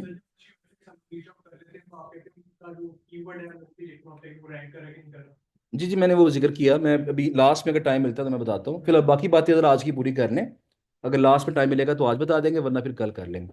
आप क्वेश्चन पूछें। वेबसाइट है जिसकी फेक ऑडियंस है या उसकी फेक ट्रैफिक है, सपोज वो 1 लाख है और हम उसको पिच करते हैं किसी दूसरे को, तो वो शायद बोट की ट्रैफिक होगी। नहीं, बोट ट्रैफिक नहीं होती, वो कीवर्ड्स इरेलेवेंट होते हैं, तो किसी तरह फेक तरीके से उससे फेक तरीके ट्रैफिक से। ली जाती है, लेकिन अगर वही हम किसी को पिच करके या तो इंटरलिंक होते हैं लिंक शेयर करवा दें या उसको पे करके ले लें, तो ये स्पैमिंग नहीं है, धोखा नहीं है, क्योंकि उसको तो एक्चुअल ट्रैफिक के लिए बैकलिंक लगवाना था और हम फिर उसको एक्चुअली करना मुनासिब हो। नहीं, उसमें ऐसा होता है, जरा ये बात समझ लीजिएगा, देखिए ये जो हम गलत साइट किसी को या फेक ट्रैफिक वाली साइट किसी को दे रहे हैं, तो क्या ये गलत गलत काम नहीं होगा ये वाला? देखिए एक्चुअली होता ही है कि ट्रैफिक के साथ साथ एक चीज होती है अथॉरिटी। अब जिस वेबसाइट का मैं जिक्र कर रहा हूँ टेक बुलियन का, उसका DR 70+ है, उसके जो बैकलिंक्स हैं, उसके बैकलिंक अच्छे खासी अच्छे बिल्ड हुए हैं। वो तो गूगल की अपडेट ने उसकी ट्रैफिक गिरा दी।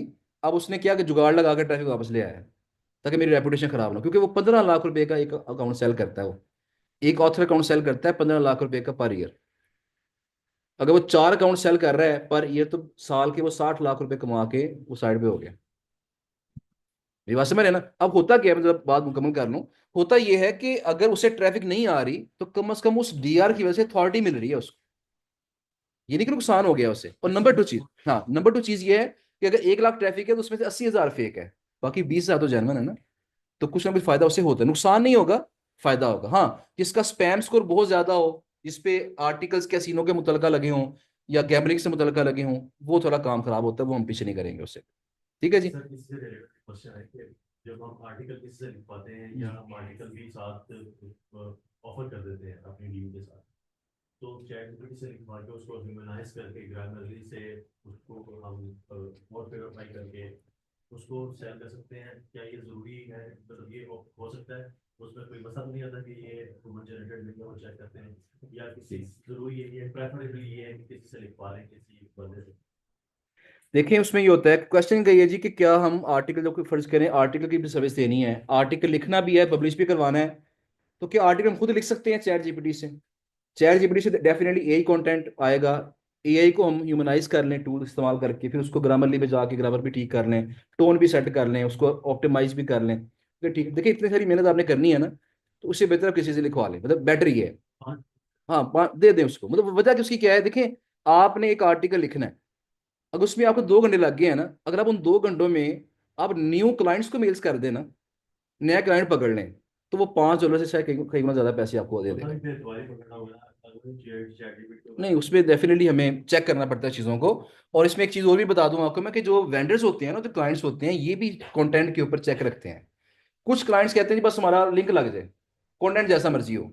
लेकिन कुछ क्लाइंट कहते हैं जी कंटेंट भी अच्छा होना चाहिए, रेलेवेंट होना चाहिए, उसमें कीवर्ड स्टफिंग नहीं होनी चाहिए, वो AI नहीं होना चाहिए। और ज्यादा जो मसला आता है वो वेंडर्स का है। देखिए जिसकी साइट पे कंटेंट लगना है, वो डेफिनेटली उसको पहले परखेगा, और परख के फिर उसको अलाउ करेगा पब्लिश करना, वरना रिजेक्ट कर देगा। वैसे ये हमारा जो सेल्फ वेरीफाई चैट जीपीटी से कंटेंट है वो चल जाएगा? AI कंटेंट अक्सर साइटें अब नहीं नहीं एक्सेप्ट कर रही। ये ह्यूमनाइज ह्यूमनाइज करने, हाँ वो चल जाता है, अगर वो देखें उसकी प्रॉपर सेंस बन रही है ना। बात को ऐसा होता है, हम ह्यूमनाइज करते हैं, उसकी सेंस खत्म हो जाती है, ग्रामरली भी ठीक बता देता है उसको, क्योंकि हम इसको लेकिन वो सेंसलेस हो जाता है उसमें। पिच कर सकते हैं, सेल कर कर सकते हैं, कर सकते सकते हैं इसको। अच्छा जी, ऑनलाइन स्टूडेंट ने भी हैंड रेस किया, मैं सिर्फ थोड़ी सी बात 5 मिनट की और कर लूँ, और उसके बाद इंशाल्लाह क्वेश्चन आंसर मजीद सारे सारे कर लेंगे। अच्छा, बात हमारी जो चल रही थी वो ये थी कि हमने अब बार्गेनिंग करनी है। अब एक चीज जो है वो, कि हमने क्या क्या सवालात पूछने हैं, जरा उसकी तरफ हम आ जाते हैं। और उसकी तरफ आने के बाद वैसे मैंने शायद आपको ये स्क्रीन दिखाई थी कि नहीं दिखाई थी कि हमारी डेली बेसिस पे आउटरीच जो है वो काफ़ी ज़्यादा चल रही होती है। मैं अगर स्क्रीन ये वाली शो कर दूं कि हमारी टीम जो है ये काफ़ी ज़्यादा मेल्स कर रही होती है और मेरे रिस्पॉन्सेज भी उस लिहाज से आ रहे होते हैं। अभी कई सवाल शायद आपके जहन में होंगे, उनके भी आंसर इंशाल्लाह मैं करूंगा। लेकिन जिस तरह एक हमारा ये क्लाइंट है वंडर शेयर, का नाम सुना होगा आपने, फिल्मोरा जिसका है, सिक्योर भी प्रोडक्ट्स हैं। तो वंडर शेयर की लिंक बिल्डिंग हमारी चल रही है, उसकी लिंक बिल्डिंग हम करते हैं। अब वंडर शेयर की जो रिक्वायरमेंट्स हैं बड़ी टफ है, उसके लिए हम वेंडर साइटें आउटरीच कर रहे हैं। तो ये जो है 487 मेल सेंड हुई थी इस कैंपेन में। ये ईमेल मार्केटिंग हो रही है वेंडर्स को। 487 मेल सेंड हुई, उसमें से 125 लोगों ने हमारी मेल ओपन की, और रिप्लाईज कितने का आया? सिर्फ 18 लोगों का अभी तक आया। अब जिनका रिप्लाई नहीं आता तो हमने इस कैंपेन में ऑटोमेटिकली सेटिंग की हुई है, जिसका रिप्लाई नहीं आएगा उसको फॉलो अप मेल चली जाएगी। अगर पहली मेल का जवाब नहीं दिया तो अगली मेल का कम से कम जवाब आ जाएगा। अब यहां अगर हम देखते हैं, यहां 1157 मेलें सेंड हुई हैं और 100 रिप्लाईज आए हैं। ये क्लाइंट डिफरेंट है, ये वेडिंग वाला क्लाइंट है। इसके लिए 1326 मेलें सेंड की हैं हमने और सिर्फ 58 लोगों के जवाब आए हैं। 11% रिस्पॉन्स रेट है। यहाँ 4%, यहाँ सबसे कम था 4%। यहाँ कुछ बाउंसिस भी हो रही हैं मेलें, और भी देखें यहाँ पे 686 मेल जा रही हैं। तो यहाँ पे ये कैप कट के लिए भी हम लिंक बिल्डिंग कर रहे हैं, एजुकेशन की भी साइटें हैं। ये काफ़ी फेमस साइट है, मैकबुक से मुतलका, मैक के सॉफ्टवेयर से रिलेटेड, उसका ये क्लाइंट है, उसके लिए भी काम चल रहा है हमारा। पर तो बताने का मकसद यहाँ पे हमारी ईमेल्स डेली बेसिस पे कम अज कम हमारा टारगेट ये होता है कि हमने 200 से 250 ईमेल्स करनी है। तो हर हफ्ते में कम अज कम 1000 ईमेल्स, ये टारगेट हमारा होता है जो वेंडर्स को भेजते रहते हैं। ईमेलें जाती रहती हैं, रिप्लाईज आते रहते हैं, और एक 2% हैं जो किसी काम पे बैठे हुए हैं, इन्होंने सिर्फ डील्स करनी है, और डील करके हमारी इन्वेंट्री के अंदर डाटा जो है वो डालते रहते हैं। अच्छा बहरहाल, अब बात हमारी हो रही थी कि हमने सवालात क्या क्या पूछने हैं, जरा उसकी तरफ आ जाते हैं। सवालात हमने जो पूछने हैं जी, वो हम जरा एक मेल खोल लेते हैं, और मेल के अंदर जो टेम्पलेट है एक यहाँ पे, उसको चेक कर लेते हैं। अब यहाँ पे ये डील मैंने नहीं की है, मैं आपको डील दिखा देता हूँ ये वाली, ताकि जरा समझ आ जाए कि डील कैसी हो रही है। ये डील मैंने नहीं की, टीम मेंबर ने की है। बाज का टीम मेंबर अच्छी डील कर लेते हैं, और बाज का वो अच्छी डील नहीं कर पाते। लेकिन जैसी भी डील हुई है, मैं आपको दिखाता हूँ कि क्या हुआ इसके अंदर। ले जी, हमने पहली मेल कर दी, trusting that you are fine there, I am Ahmad, SEO link builder and blogger outreach manager at getguestposters.com। क्योंकि हम अपनी बिजनेस आईडी से मेल कर रहे हैं उसको, तो अब यहाँ पे उसने मेल कर दी उसको। We are impress with the content on your blog, और ब्लॉग का नाम क्या था? dgmnews.com। Let's collaborate, we will publish guest post on your website, blah blah, जो भी उन्हें बात करनी थी। अब ये वो सवालात हैं जो पहले हम पहली मेल में पूछ लेते थे, लेकिन अब आपने ये पहली मेल में नहीं पूछना। पहली मेल में सिर्फ गेस्ट पोस्ट का बोले ना कि आप अलाउ करेंगे कि नहीं करेंगे, क्या चार्ज करेंगे। जब जवाब आ जाएगा फिर आपने ये सवालात पूछने हैं, और ये सवालात क्या हैं जरा इनको हम एक्सप्लेन कर लेते हैं। फिर मैं बाकी आपको चैट दिखाता हूँ कि बाकी इनके साथ क्या चैट चली है। मुझे एग्जैक्टली पता नहीं है क्या चैट है, लेकिन चेक कर लेते हैं कि अच्छी चैट है कि खराब चैट है। What is the price for a general post? पहला सवाल, जनरल पोस्ट की प्राइस क्या हो? जनरल पोस्ट से मुराद ऐसी पोस्ट है जो जनरल टॉपिक से मुतल्का हो। जनरल टॉपिक कौन से होते हैं? टेक्नोलॉजी है, ट्रैवल है, बिजनेस है, फाइनेंस है, फैशन है, ये जनरल टॉपिक्स है। इसकी प्राइस अलग होती है। अगला सवाल, what is the price for a CBD post? अब सीबीडी जो है ये एक्चुअली एब्रीवेशन है कैनाबिडॉयल की, कैनाबीज की। अब जो कैनाबीज है एक्चुअली वो क्या है? वो एक मतलब ये समझ लें कि नशा आवर एक प्रोडक्ट है, जिसे आप जानते होंगे, भांग। भांग को जानते हैं ना? तो जो भांग का पौधा होता है ना, उसके पत्ते जो होते हैं उनको वो कोड़ा लगा के तो पीते हैं, भांग पीते हैं।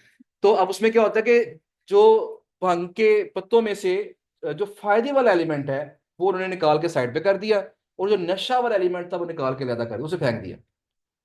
तो क्योंकि भांग बहुत फायदेमंद भी है, लेकिन आपने उसको ट्राई नहीं करना, ठीक है ना? तो उसमें यह है कि फायदे वाली चीजें हैं उसके अंदर काफी ज्यादा। तो बाहर के जो साइंटिस्ट ने क्या किया है कि भांग में से जो फायदे वाली चीजें वो निकाल दी हैं, और नशा वाली जो चीजें वो निकाल दी, फेंक दिया उसको। लेकिन फिर भी कैनाबिस जो सीबीडी है ये वो चीज है जो कि फायदेमंद है। लेकिन प्योरिफिकेशन करने के बावजूद भी इसमें 3% तक नशावर चीज अभी भी बाकी है इसके। इससे कम नहीं वो कर पा रहे जो साइंटिस्ट हैं, इसको 100% रिड्यूस, खत्म नहीं कर पा रहे इसको। तो ये जो चीज है प्रोडक्ट में थोड़ी सी हल्की सी क्या है, ये नशावर हो जाती है। नशावर तो खैर ना कहें इसको, यानी इससे इंसान आदी हो जाता है, एडिक्टिव है, ठीक है ना, हल्की सी। तो उस वजह से क्या होता है, चूंकि एडिक्शन है इसके अंदर, तो लिहाजा कुछ लोग जो है इससे मुतल्लिका आर्टिकल को एक्सेप्ट नहीं करते। तो ऐसी निश को हम बोलते हैं ये ग्रे टॉपिक है, ग्रे निश है। वाइड निश क्या होती है, जिसपे हर बंदा अलाउ कर देता है, वो वाइड निशेज है। ये जो निश है, कुछ अलाउ कर रहे हैं, कुछ अलाउ नहीं कर रहे, कुछ जो अलाउ कर रहे हैं वो ज्यादा पैसे चार्ज कर रहे हैं, कि चूंकि एडिक्शन वाली चीज है, लिहाजा हम इससे ज्यादा पैसे लेंगे आप। तो आम पोस्ट की प्राइस जो है वो $100 है, सीबीडी की पोस्ट लगानी है तो $150 होगा। रेट्स का फर्क आ जाता है। कुछ साइटें ज्यादा पैसे मांगती हैं, कुछ कहती हैं उतने पैसों में लगा देंगे, कुछ साइटें कहती हैं हम लगाएंगे ही नहीं। तो ये डिफरेंट रिस्पॉन्सेज आपको आ सकते हैं, तो लिहाजा बताना मेरा फर्ज था कि ये एक एक ये कैटेगरी आ जाती है हमारे पास। अगला सवाल है, what is the price for link session in an existing post. Link session की बात हमारी हुई थी कि पहले से पुराने पब्लिश शुदा आर्टिकल में सिर्फ लिंक डालना है। उसकी प्राइस भी क्या होती है, आमतौर पर डिफरेंट होती है। कुछ वेंडर कहते हैं प्राइस सेम है, कुछ कहते हैं जी गेस्ट पोस्ट महंगी है, लिंक सेशन सस्ती है, और कुछ कहते हैं गेस्ट पोस्ट सस्ती है और लिंक सेशन महंगी है, क्योंकि हमने किसी और के आर्टिकल में लिंक डालना आपका, लिहाजा ये महंगा काम है। तो ये सवाल हमारा आ गया। अगला सवाल है जी, how many do follow backlinks are allowed in one guest post. एक गेस्ट पोस्ट में कितने अलाउ करेंगे लिंक्स आप। अगला सवाल, do you use sponsor tag. क्या स्पॉन्सर का टैग तो नहीं लगा देंगे, क्योंकि अगर स्पॉन्सर का टैग लग गया तो इसका मतलब क्या है कि गूगल को उन्होंने क्लियरली बता दिया कि पैसे लेके पोस्ट लगाई है हमने। तो आपकी जो अथॉरिटी में फर्क पड़ना था, पावर बढ़नी थी, वो नहीं बढ़ेगी। अब ट्रैफिक मिल जाएगी, लेकिन नो फॉलो वाला हिसाब होगा। ट्रैफिक मिल जाएगी, लेकिन आपकी वेबसाइट की पावर में इजाफा नहीं होगा। अगला सवाल, what is the word limit of an article for a guest post. Word limit क्या है, क्योंकि कुछ साइटें कहती हैं जी 1000 वर्ड से एक वर्ड भी कम हुआ हम रिजेक्ट कर देंगे, कुछ साइटें कहती हैं जी कि 500 वर्ड का भी चलेगा, कुछ कहती हैं 600 वर्ड्स का भी चलेगा। तो लिहाजा हमने वर्ड लिमिट पूछ लेनी है। What will be the payment method, कि पैसे कैसे लेंगे आप। अब इसमें दो चीजें आ जाती हैं कि किस प्लेटफॉर्म के थ्रू लेंगे, पेनियर है या पेपाल है। मोस्टली लोग पेपाल की डिमांड करते हैं। और नंबर टू, पेमेंट एडवांस होगी या बाद में होगी। ये भी सवाल एक पैदा हो जाता है यहाँ पे, कि पेमेंट एडवांस होगी या बाद में होगी। तो मोस्टली जो वेंडर्स है पेमेंट आपसे बाद में लेते हैं, लेकिन पिछले कुछ अरसे में ये हुआ है कि लोगों ने धोखा देना शुरू कर दिया है। तो इस वजह से अब कई वेंडर कहते हैं जी कि पेमेंट हमें एडवांस चाहिए। तो अगर वेंडर आपसे एडवांस पेमेंट मांगेगा, तो आपने भी 100% यही काम करना है कि क्लाइंट से एडवांस ही लेना है। इस पे बात हम करेंगे, हमारा लेक्चर कल का जो होगा, कल इंशाल्लाह इस पे बात करेंगे कि पेमेंट मेथड आपका कैसा होना चाहिए, पेमेंट किस तरह लेनी है आपने, किस तरह पेमेंट देनी है आगे, एडवांस कब लेना है, एडवांस कब नहीं लेना आपने क्लाइंट से। ये बातें कल करेंगे इंशाल्लाह। अच्छा जी, अगला सवाल है, what will be the TAT. TAT से मुराद है turn around time. Turn around time से मुराद है कि कितनी देर में मेरा आर्टिकल पब्लिश होकर मुझे मिल जाएगा, मेरा काम कितनी देर में हो जाएगा। ये सारे सवालात वो हैं जो सवालात क्लाइंट आपसे पूछ सकता है। क्लाइंट पूछ सकता है ना कि मुझे बताओ मेरे आर्टिकल में कितने लिंक अलाउ होंगे। आप उसे कहें लो मैं जरा पूछ के आता हूँ, मुझे तो पूछने जाना है आपने, तब तक वो ऑर्डर किसी को दे चुका हो, काम खराब हो जाएगा ना। लिहाजा ये वो कॉमन क्वेश्चंस हैं, ये FAQs हैं जो आपको पता होने चाहिए। अब यहाँ मजे की बात ये है, इसमें से ये जो सवाल आता है, ये वाले, इन सवालों का जवाब अक्सर वेबसाइट वालों ने अपनी ही वेबसाइट के किसी पेज पे दिया होता है। अगर वेबसाइट पे राइट फॉर अस का पेज हो ना, तो वह उन्होंने अक्सर इन सवालों के जवाब पहले ही बताए होते हैं। लिहाजा ये सवाल आपको पूछने की जरूरत पेश नहीं आएगी। तो जब भी आप किसी वेबसाइट को मेल करें, आप उसका FAQ वाला, या जब आपकी डील हो जाए या कोई रिप्लाई आ जाए, तो इस सवाल पूछने से पहले आप उसका जो राइट फॉर अस वाला पेज है वो पढ़ लें एक दफा। इनमें से अक्सर सवालों के जवाब आपको वहां से मिल जाएंगे, जो जवाब नहीं मिलेंगे वो पूछ लें। इस तरीके से आपके पास ये तकरीबन ये कितने सवाल बनते हैं, 8 सवाल आता है मेरे ख्याल में। तो ये 8 सवाल वो हैं जो क्लाइंट हमसे कभी भी पूछ सकता है, लिहाजा हमें पहले इनके जवाब जो हैं पता होने चाहिए। लेकिन जिसके बाद आगे आते हैं जी, हमारा सिग्नेचर आ गया आगे। उसने कहा जी कि I appreciate interest in collaborating. उसने जवाब दिया है जी और कहता है जी गेस्ट पोस्ट की प्राइस $65 है, crypto casino gambling betting CBD supplementary drugs etcetera $145। वही बात हुई ना, पैसे ज्यादा है इसके। अगर एडल्ट कंटेंट लगाना है तो 160 है। Link sessions have same price as category. हो गया ना, कि जो अगर फर्क है गैस जनरल पोस्ट है, तो चाहे गैस पोस्ट लगवाएं चाहे लिंक सेशन करवाएं, सेम प्राइस। अगर कैसीनो पोस्ट है, कैसीनो तो मैंने काम करना ही नहीं है ना, कैसीनो गैम्बलिंग पे काम नहीं करना हमने, ठीक है जी, तो उसकी तो बात ही खत्म होगी। तो कहते हैं जो गैस पोस्ट की प्राइस है वही लिंक सेशन की प्राइस है। Broker links content submissions have some price, have same price as category. अच्छा ये एक अलग चीज आ जाती है, साइड बार एड। बात कहते नहीं है हेडर फुटर साइड बार में ऐड चल रहे होते हैं, वो कहता है उस ऐड की प्राइस है ना $250 पर मंथ है, कि $250 में ही पर मंथ हम ऐड आपका चलाएंगे। Discount only on bulk order, को पहले बता दिया उसने। Payment Permanent post with maximum 2 do follow links. Post will not be tagged with sponsor. You need to provide good quality unique content. Our tag is 12 to 24 hours. Payment method क्या है? PayPal. Payment should be done within 72 hours or else we delete the link. अगर payment आपने ना दी तो हम आपका link delete कर देंगे. अब यहां हमने क्या कहा जी, उसे उसे हमने बात की, उसे कहा जी कैसा करो कि we can provide monthly bulk business to your website as the budget of our leading clients is around $40 for general posts and 110 for CBD posts, so please reconsider your prices. उसे कहा जी कि डील एंड एग्रीड. ये तो फौरन ही मान गया, काम खराब हो गया ना. अब ऐसी ऐसी सूरत हाल है कि मैंने अभी रिसेंटली इसके ऊपर ऑर्डर लगवाया भी है. ये देखिएगा, मैंने इसको आर्टिकल एक सेंड करवाया था कि please publish the attach article and share the live link as soon as possible. मैंने आर्टिकल इसको भेज दिया.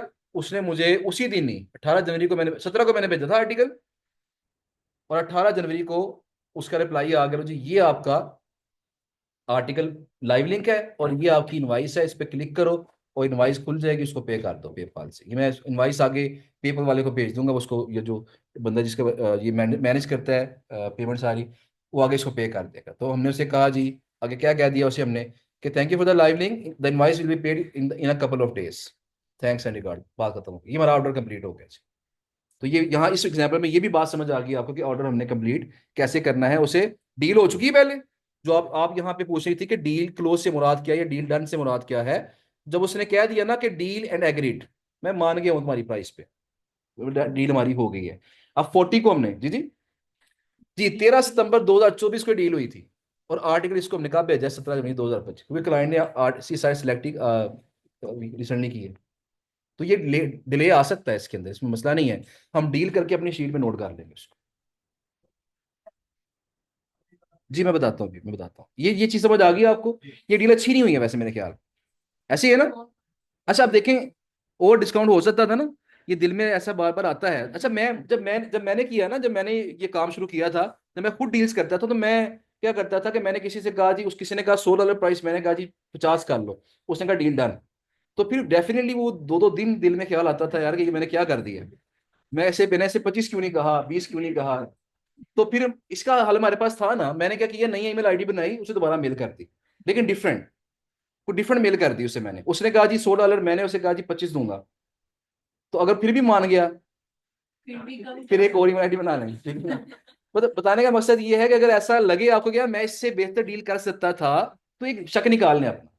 हमारे पास मल्टीपल ईमेल आईडीज हैं, हम अपना शक निकाल सकते हैं उससे. सर अगर हम ऐसे कह दें कि क्लाइंट का बजट 20 to 30 है, फिर वो मान लो. कभी कभार ऐसा होता है, लेकिन मेरे ख्याल में बेटर यही है कि जितने में एक दफा डील आपकी हो गई है ना, तो जब आप पब्लिश करवाएं तो कोशिश करें कि अगर वो आपकी बात मान गया है, जो आपने कहा था उस पर डील कर लिया उसने, तो फिर उसी में करवाते हैं. ज्यादा तंग ना करें उसको. हाँ अगर वो आपकी बात नहीं माना था, आपने कहा था जी 50 नहीं का, नहीं 100 ही लूंगा, तो फिर आप क्या करें, जब आर्टिकल सेंड करें फिर थोड़ा सा निगोशिएट करके देख लें उस पेज पे. अजान जरा सुन लें जी, उसके बाद इसको वाइंड अप करते हैं इंशाल्लाह. बातें और भी बहुत सारी हैं करने वाली, लेकिन बाद में करते हैं.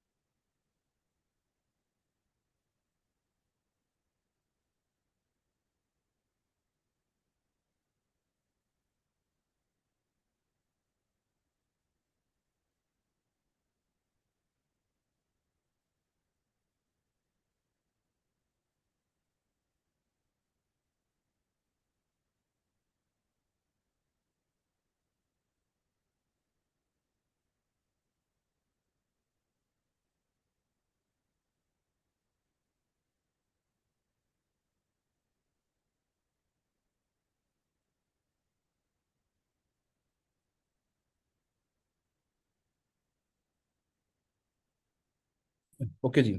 तो बहरहाल जी आप थोड़ी सी बार्गेनिंग जो है हल्की फुल्की करनी चाहिए मजीद इससे। और यहाँ पे जो साइट थी इसके स्टैट चेक किए जाने चाहिए और उसके मुताबिक इसको पिच करना चाहिए। अब यहाँ पे ना एक बड़ा बड़ा ही कॉमन सवाल है, और वो सवाल ऐसा है जो कि मैं हमेशा क्लास में कहता हूँ कि आपने मुझसे नहीं करना, लेकिन मैं खुद ही उस सवाल बता के आपको उसका जवाब बताऊंगा अभी। लेकिन आइंदा आपने मुझसे ये सवाल नहीं करना होगा, इसलिए मैं बताने लगा हूँ आपको। सवाल ये होता है जी कि सर एक साइट है जिसकी ट्रैफिक इतनी है, डीआर इतना है, तो बताएं कितने में डील रन करूँ।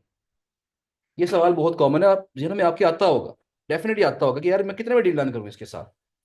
तो किसी वेबसाइट की कितनी प्राइस होगी ये हम नहीं बता सकते।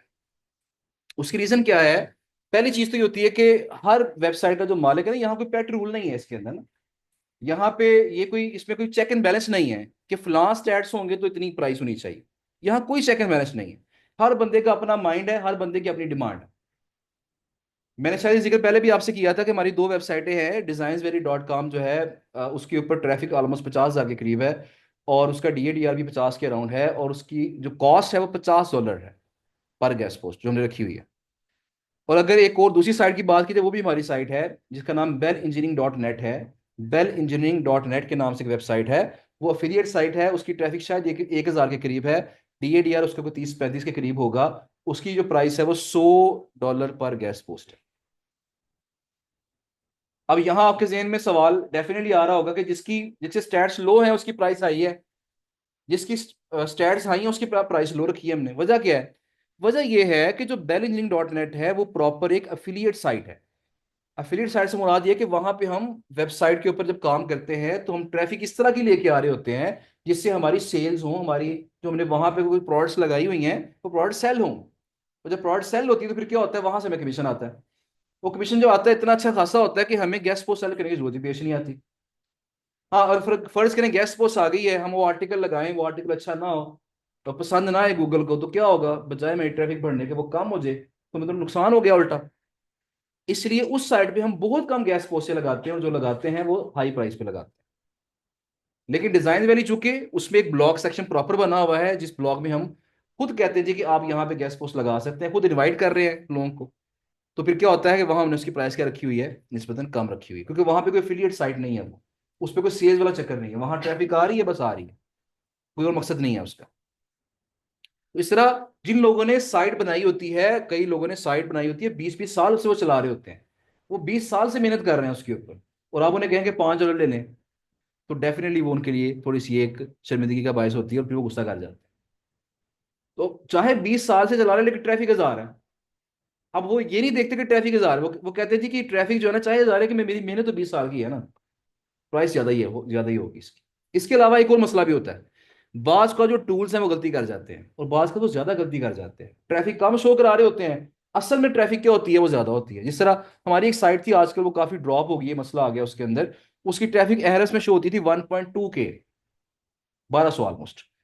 और एक्चुअली जो कंसोल में उसकी ट्रैफिक थी, जो सर्च कंसोल में उसकी नजर आती थी, वो कितनी थी, वो तकरीबन कोई 4,000 के करीब थी। एक्चुअल ट्रैफिक 4,000 है, एहरफ शो करवा रहा है कितनी, 1.2 के। SEMrush शो करवा रहा है 1.5 के। लेकिन असल ट्रैफिक क्या है, वो बहुत ज्यादा है उससे, डबल ट्रिपल है ऑलमोस्ट।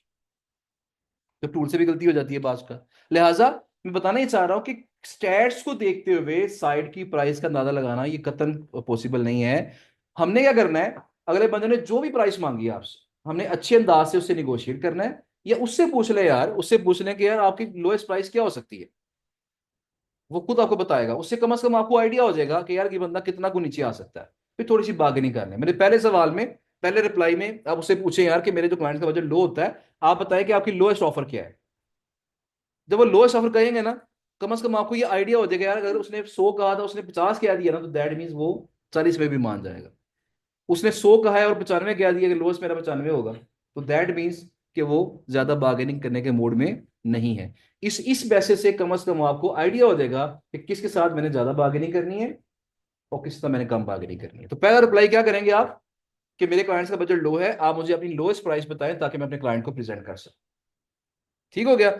ये इस मैसेज के बाद आपको कम से कम इंशाल्लाह आइडिया हो जाएगा कि आपने नेक्स्ट मैसेजेस क्या करने हैं उसको। बहरहाल जी कुछ बातें हमने कर ली हैं, हमारा जो आज का एक मेन काम था वो थोड़ा सा रह गया है, जिसमें मैंने आपको कहा था कि हमने जो कंट्री वाइज साइटें हैं वो भी निकालनी है, जो कंट्री बेस्ड साइटें होती हैं वो हमने आज निकालनी थी। इसके अलावा हमने SCM रश से कुछ वेंडर आईडी निकालने का तरीका भी देखना था, वो हम नहीं देख पाए। कल के लेक्चर में हमने क्लाइंट्स पे बात करनी है, उस क्लाइंट के लेक्चर के लिए हमने एहरफ्स को SCM रश को इस्तेमाल करना है। तो मैं इंशाल्लाह ये चीज़ उसी के साथ थोड़ी सी कंबाइन कर दूंगा ताकि ये चीज़ मिस ना हो आपकी। इसको हम कवर कर लेंगे इंशाल्लाह। अभी ऐसा करते हैं कि सिर्फ 5-7 मिनट में क्वेश्चन आंसर करके लेक्चर को वाइंड अप करते हैं। ऑनलाइन स्टूडेंट्स को मौका नहीं मिल सका क्वेश्चन आंसर ज्यादा करने का, उनके पहले सवाल सुन लेते हैं। जी देखो अच्छा, लेबल लगाने का भी मैं बता देता हूँ कि आपको जी, मैं जरा सवाल पहले एक बार देख लूँ। अच्छा जी, प्राइस ही ज्यादा है कम है, जैसे भी देखिए रिप्लाई अगर आ गया दैट मीन्स पहली अचीवमेंट आपकी हो गई है कि रिप्लाई उन्होंने कर दिया आप। अच्छा जी,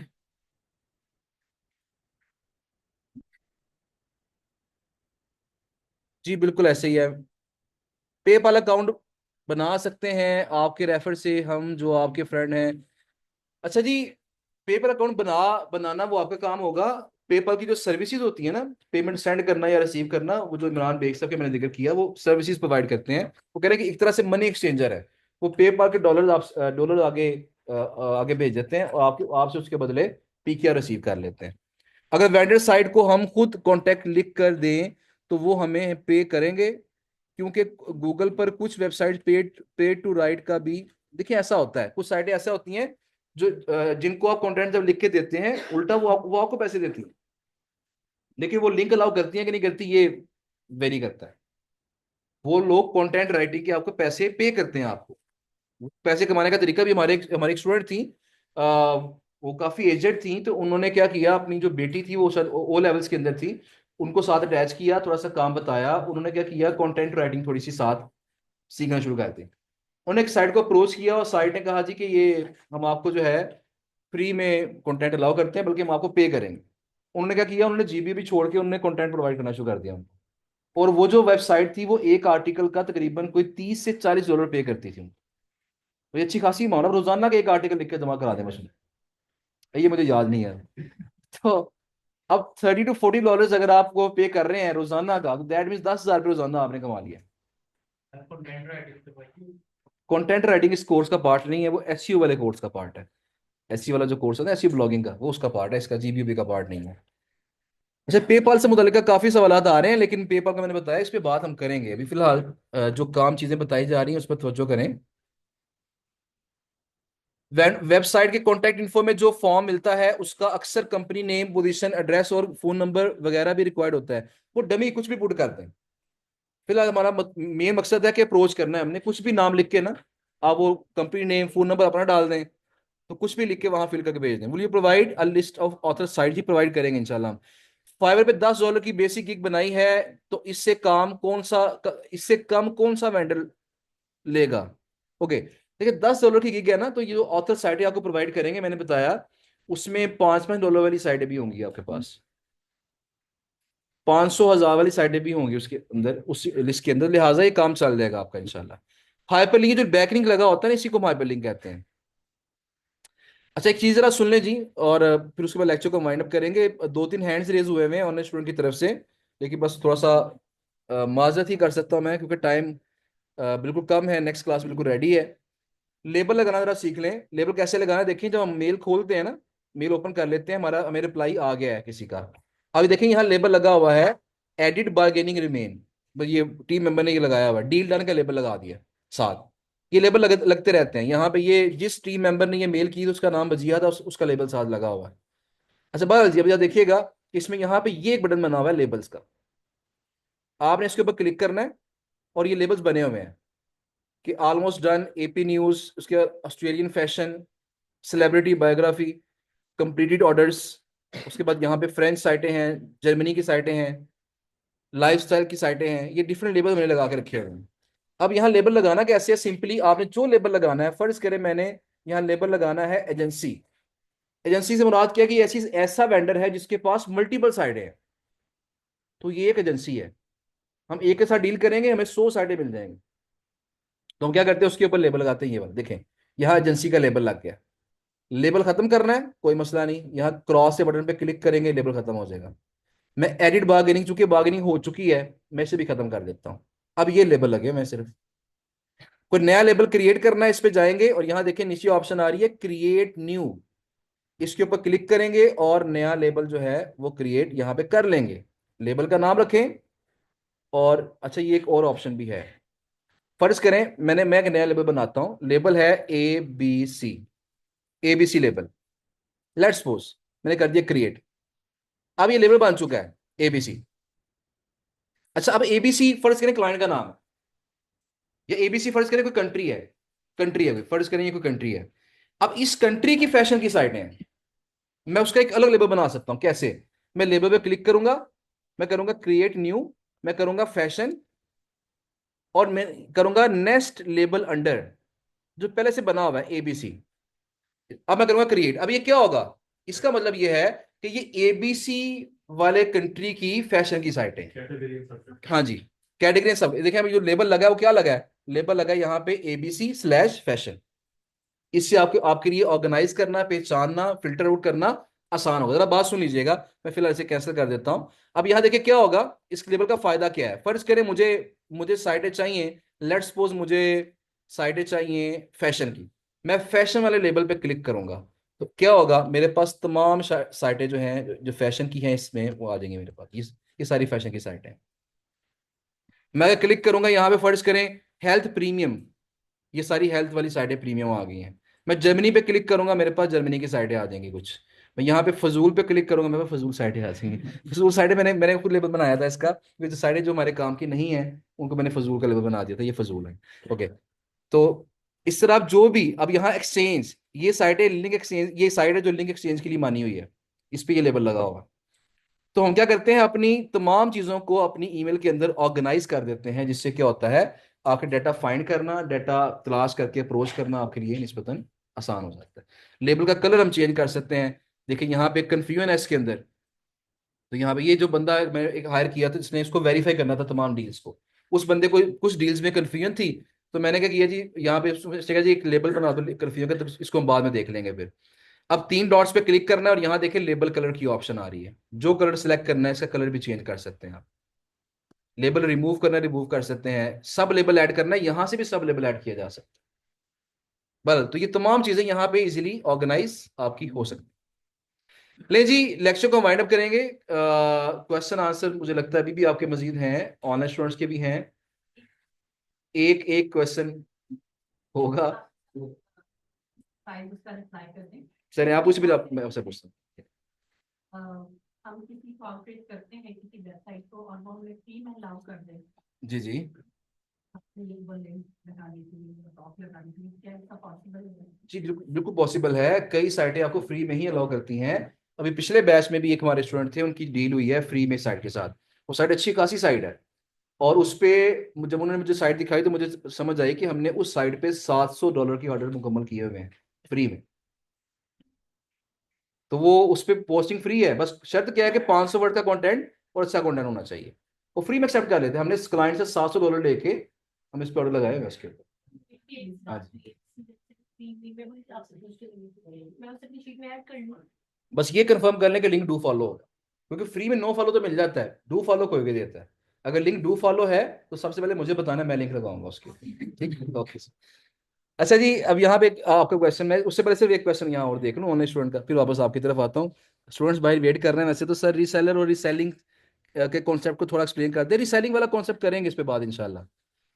रीसेलर वाली बातें हमने करनी है जब मैंने ऑथर अकाउंट्स की बात करनी है। ये हमारी बात कल या परसों के लेक्चर में होगी फेसबुक के साथ। फेसबुक के लेक्चर में इस पे बात करेंगे इंशाल्लाह। जी सर, आप बताइएगा।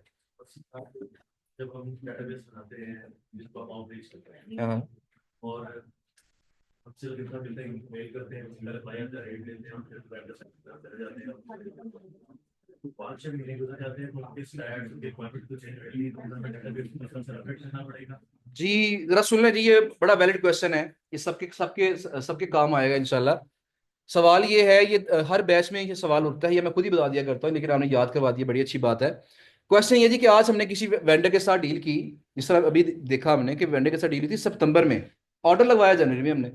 अब 4 महीने गुजर गए हैं, और 4 महीने गुजरने के बाद जब मैंने ऑर्डर, ऐसा हो सकता था ना मैं आर्टिकल सेंड करूँ और वो कहे मेरी तो प्राइस इंक्रीज हो गई, डील कैंसिल, तो क्या करेंगे अब हम? अब इसमें होता ही है, ऐसा कभी कभी हो जाता है, लेकिन कई साइटों की, जिस तरह इसकी डील सेम रही है, 40 में डील हुई थी, वो डील सेम ही है। ठीक है ना, क्योंकि पाकिस्तान में डॉलर की प्राइस काफी फ्लक्चुएट कर रही है, बाकी कंट्री में ज्यादा फ्लक्चुएट नहीं करती है, लिहाजा उनकी प्राइस ऑलमोस्ट वही रहती है। अगर फ्लक्चुएट कर भी गई है, अगर प्राइस कम तो नहीं होती, डेफिनेटली ज्यादा ही होती है प्राइस। अगर ज्यादा हो गई है, फिर हम क्या करते हैं, हमारा प्लान क्या होता है उसके अंदर, फर्ज करें 40 में डील हुई थी, मैंने रिप्लाई उसको आर्टिकल सेंड किया, उसने कहा जी मैं 50 लूंगा आपसे डॉलर। तो हम क्या कहेंगे उससे, हमसे कहेंगे यार कि हमारी डील 40 में हुई थी, तो काइंडली अब ये वाला मेरा जो ऑर्डर है ना, उसके बाद हमारी कम्युनिकेशन नहीं हुई, तो काइंडली मेरा ये वाला जो ऑर्डर है आप उसी प्राइस में पब्लिश करवाएं, क्योंकि मेरी क्लाइंट के साथ उस लिहाज से डील हुई है। जो नेक्स्ट हमारे ऑर्डर्स होंगे, मैं आपकी प्राइस अपनी शीट में अपडेट कर लेता हूँ, और मैं नेक्स्ट आर्टिकल्स अपडेटेड प्राइस पे भेजूंगा आपको। तो इस तरीके से हम थोड़ा सा इसको टैकल कर सकते हैं। अगर वो फिर भी ना माने, तो फिर हम मजबूरन क्या करते हैं, या तो अगर थोड़ा बहुत लॉस हो, तो क्लाइंट बचाने के लिए लॉस बर्दाश्त कर लेते हैं, या हम क्लाइंट को रिक्वेस्ट कर लेते हैं कि ये साइट जो है ना, ये प्रॉपरली रिस्पॉन्ड नहीं कर रही है, या इसके रेट्स बढ़ गए हैं, जो भी बात है। जिस तरह रिसेंटली भी हमारे साथ ऐसा हुआ है, 50 यूरो रेट बढ़ गया एक साइड का, तो हमने क्लाइंट से रिक्वेस्ट की कि यार या तो आप एक्स्ट्रा पे कर दें, या फिर ये है कि हमें आप साइट चेंज कर लें।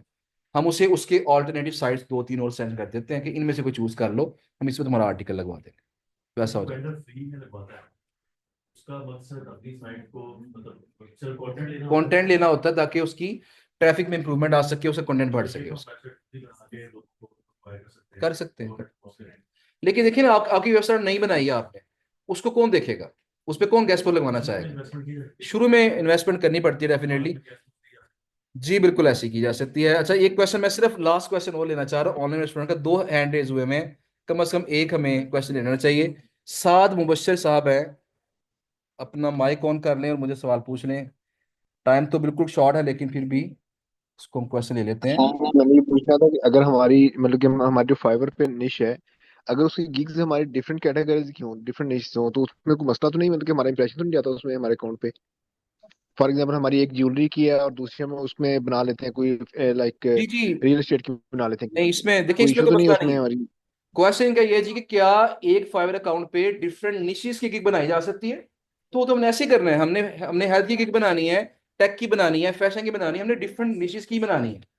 तो एक चूंकि हमारा मेन अकाउंट है गेस्ट पोस्टिंग, तो गेस्ट पोस्टिंग से मुतलका कोई भी गिग हो जाए, health guest post, fashion guest post, technology guest post, business guest post, ये हो सकता है, इसमें वैरायटी हो सकती है, लेकिन स्किल चेंज नहीं होनी चाहिए। अब एक एक गिग आपकी गेस्ट पोस्ट की है, दूसरी आपकी ग्राफिक डिजाइनिंग की है, या दूसरी आपकी वीडियो एडिटिंग की है, तो ये बिल्कुल इरेलीवेंट हो जाएगा, तो ये नहीं करना हमने। तो जी मोहम्मद काशिफ साहब है, आपका भी हैंड रेज हुआ है, लेकिन क्वेश्चन इंशाल्लाह कल करेंगे। आज क्वेश्चन ना लेने के लिए माजरत है, कल इंशाल्लाह सबसे पहले आपका सवाल लेंगे। थैंक यू सो मच जी, आप सबका शुक्रिया। अल्लाह हाफिज। अदनान साहब के साथ आपके इलेक्शन नहीं है आज।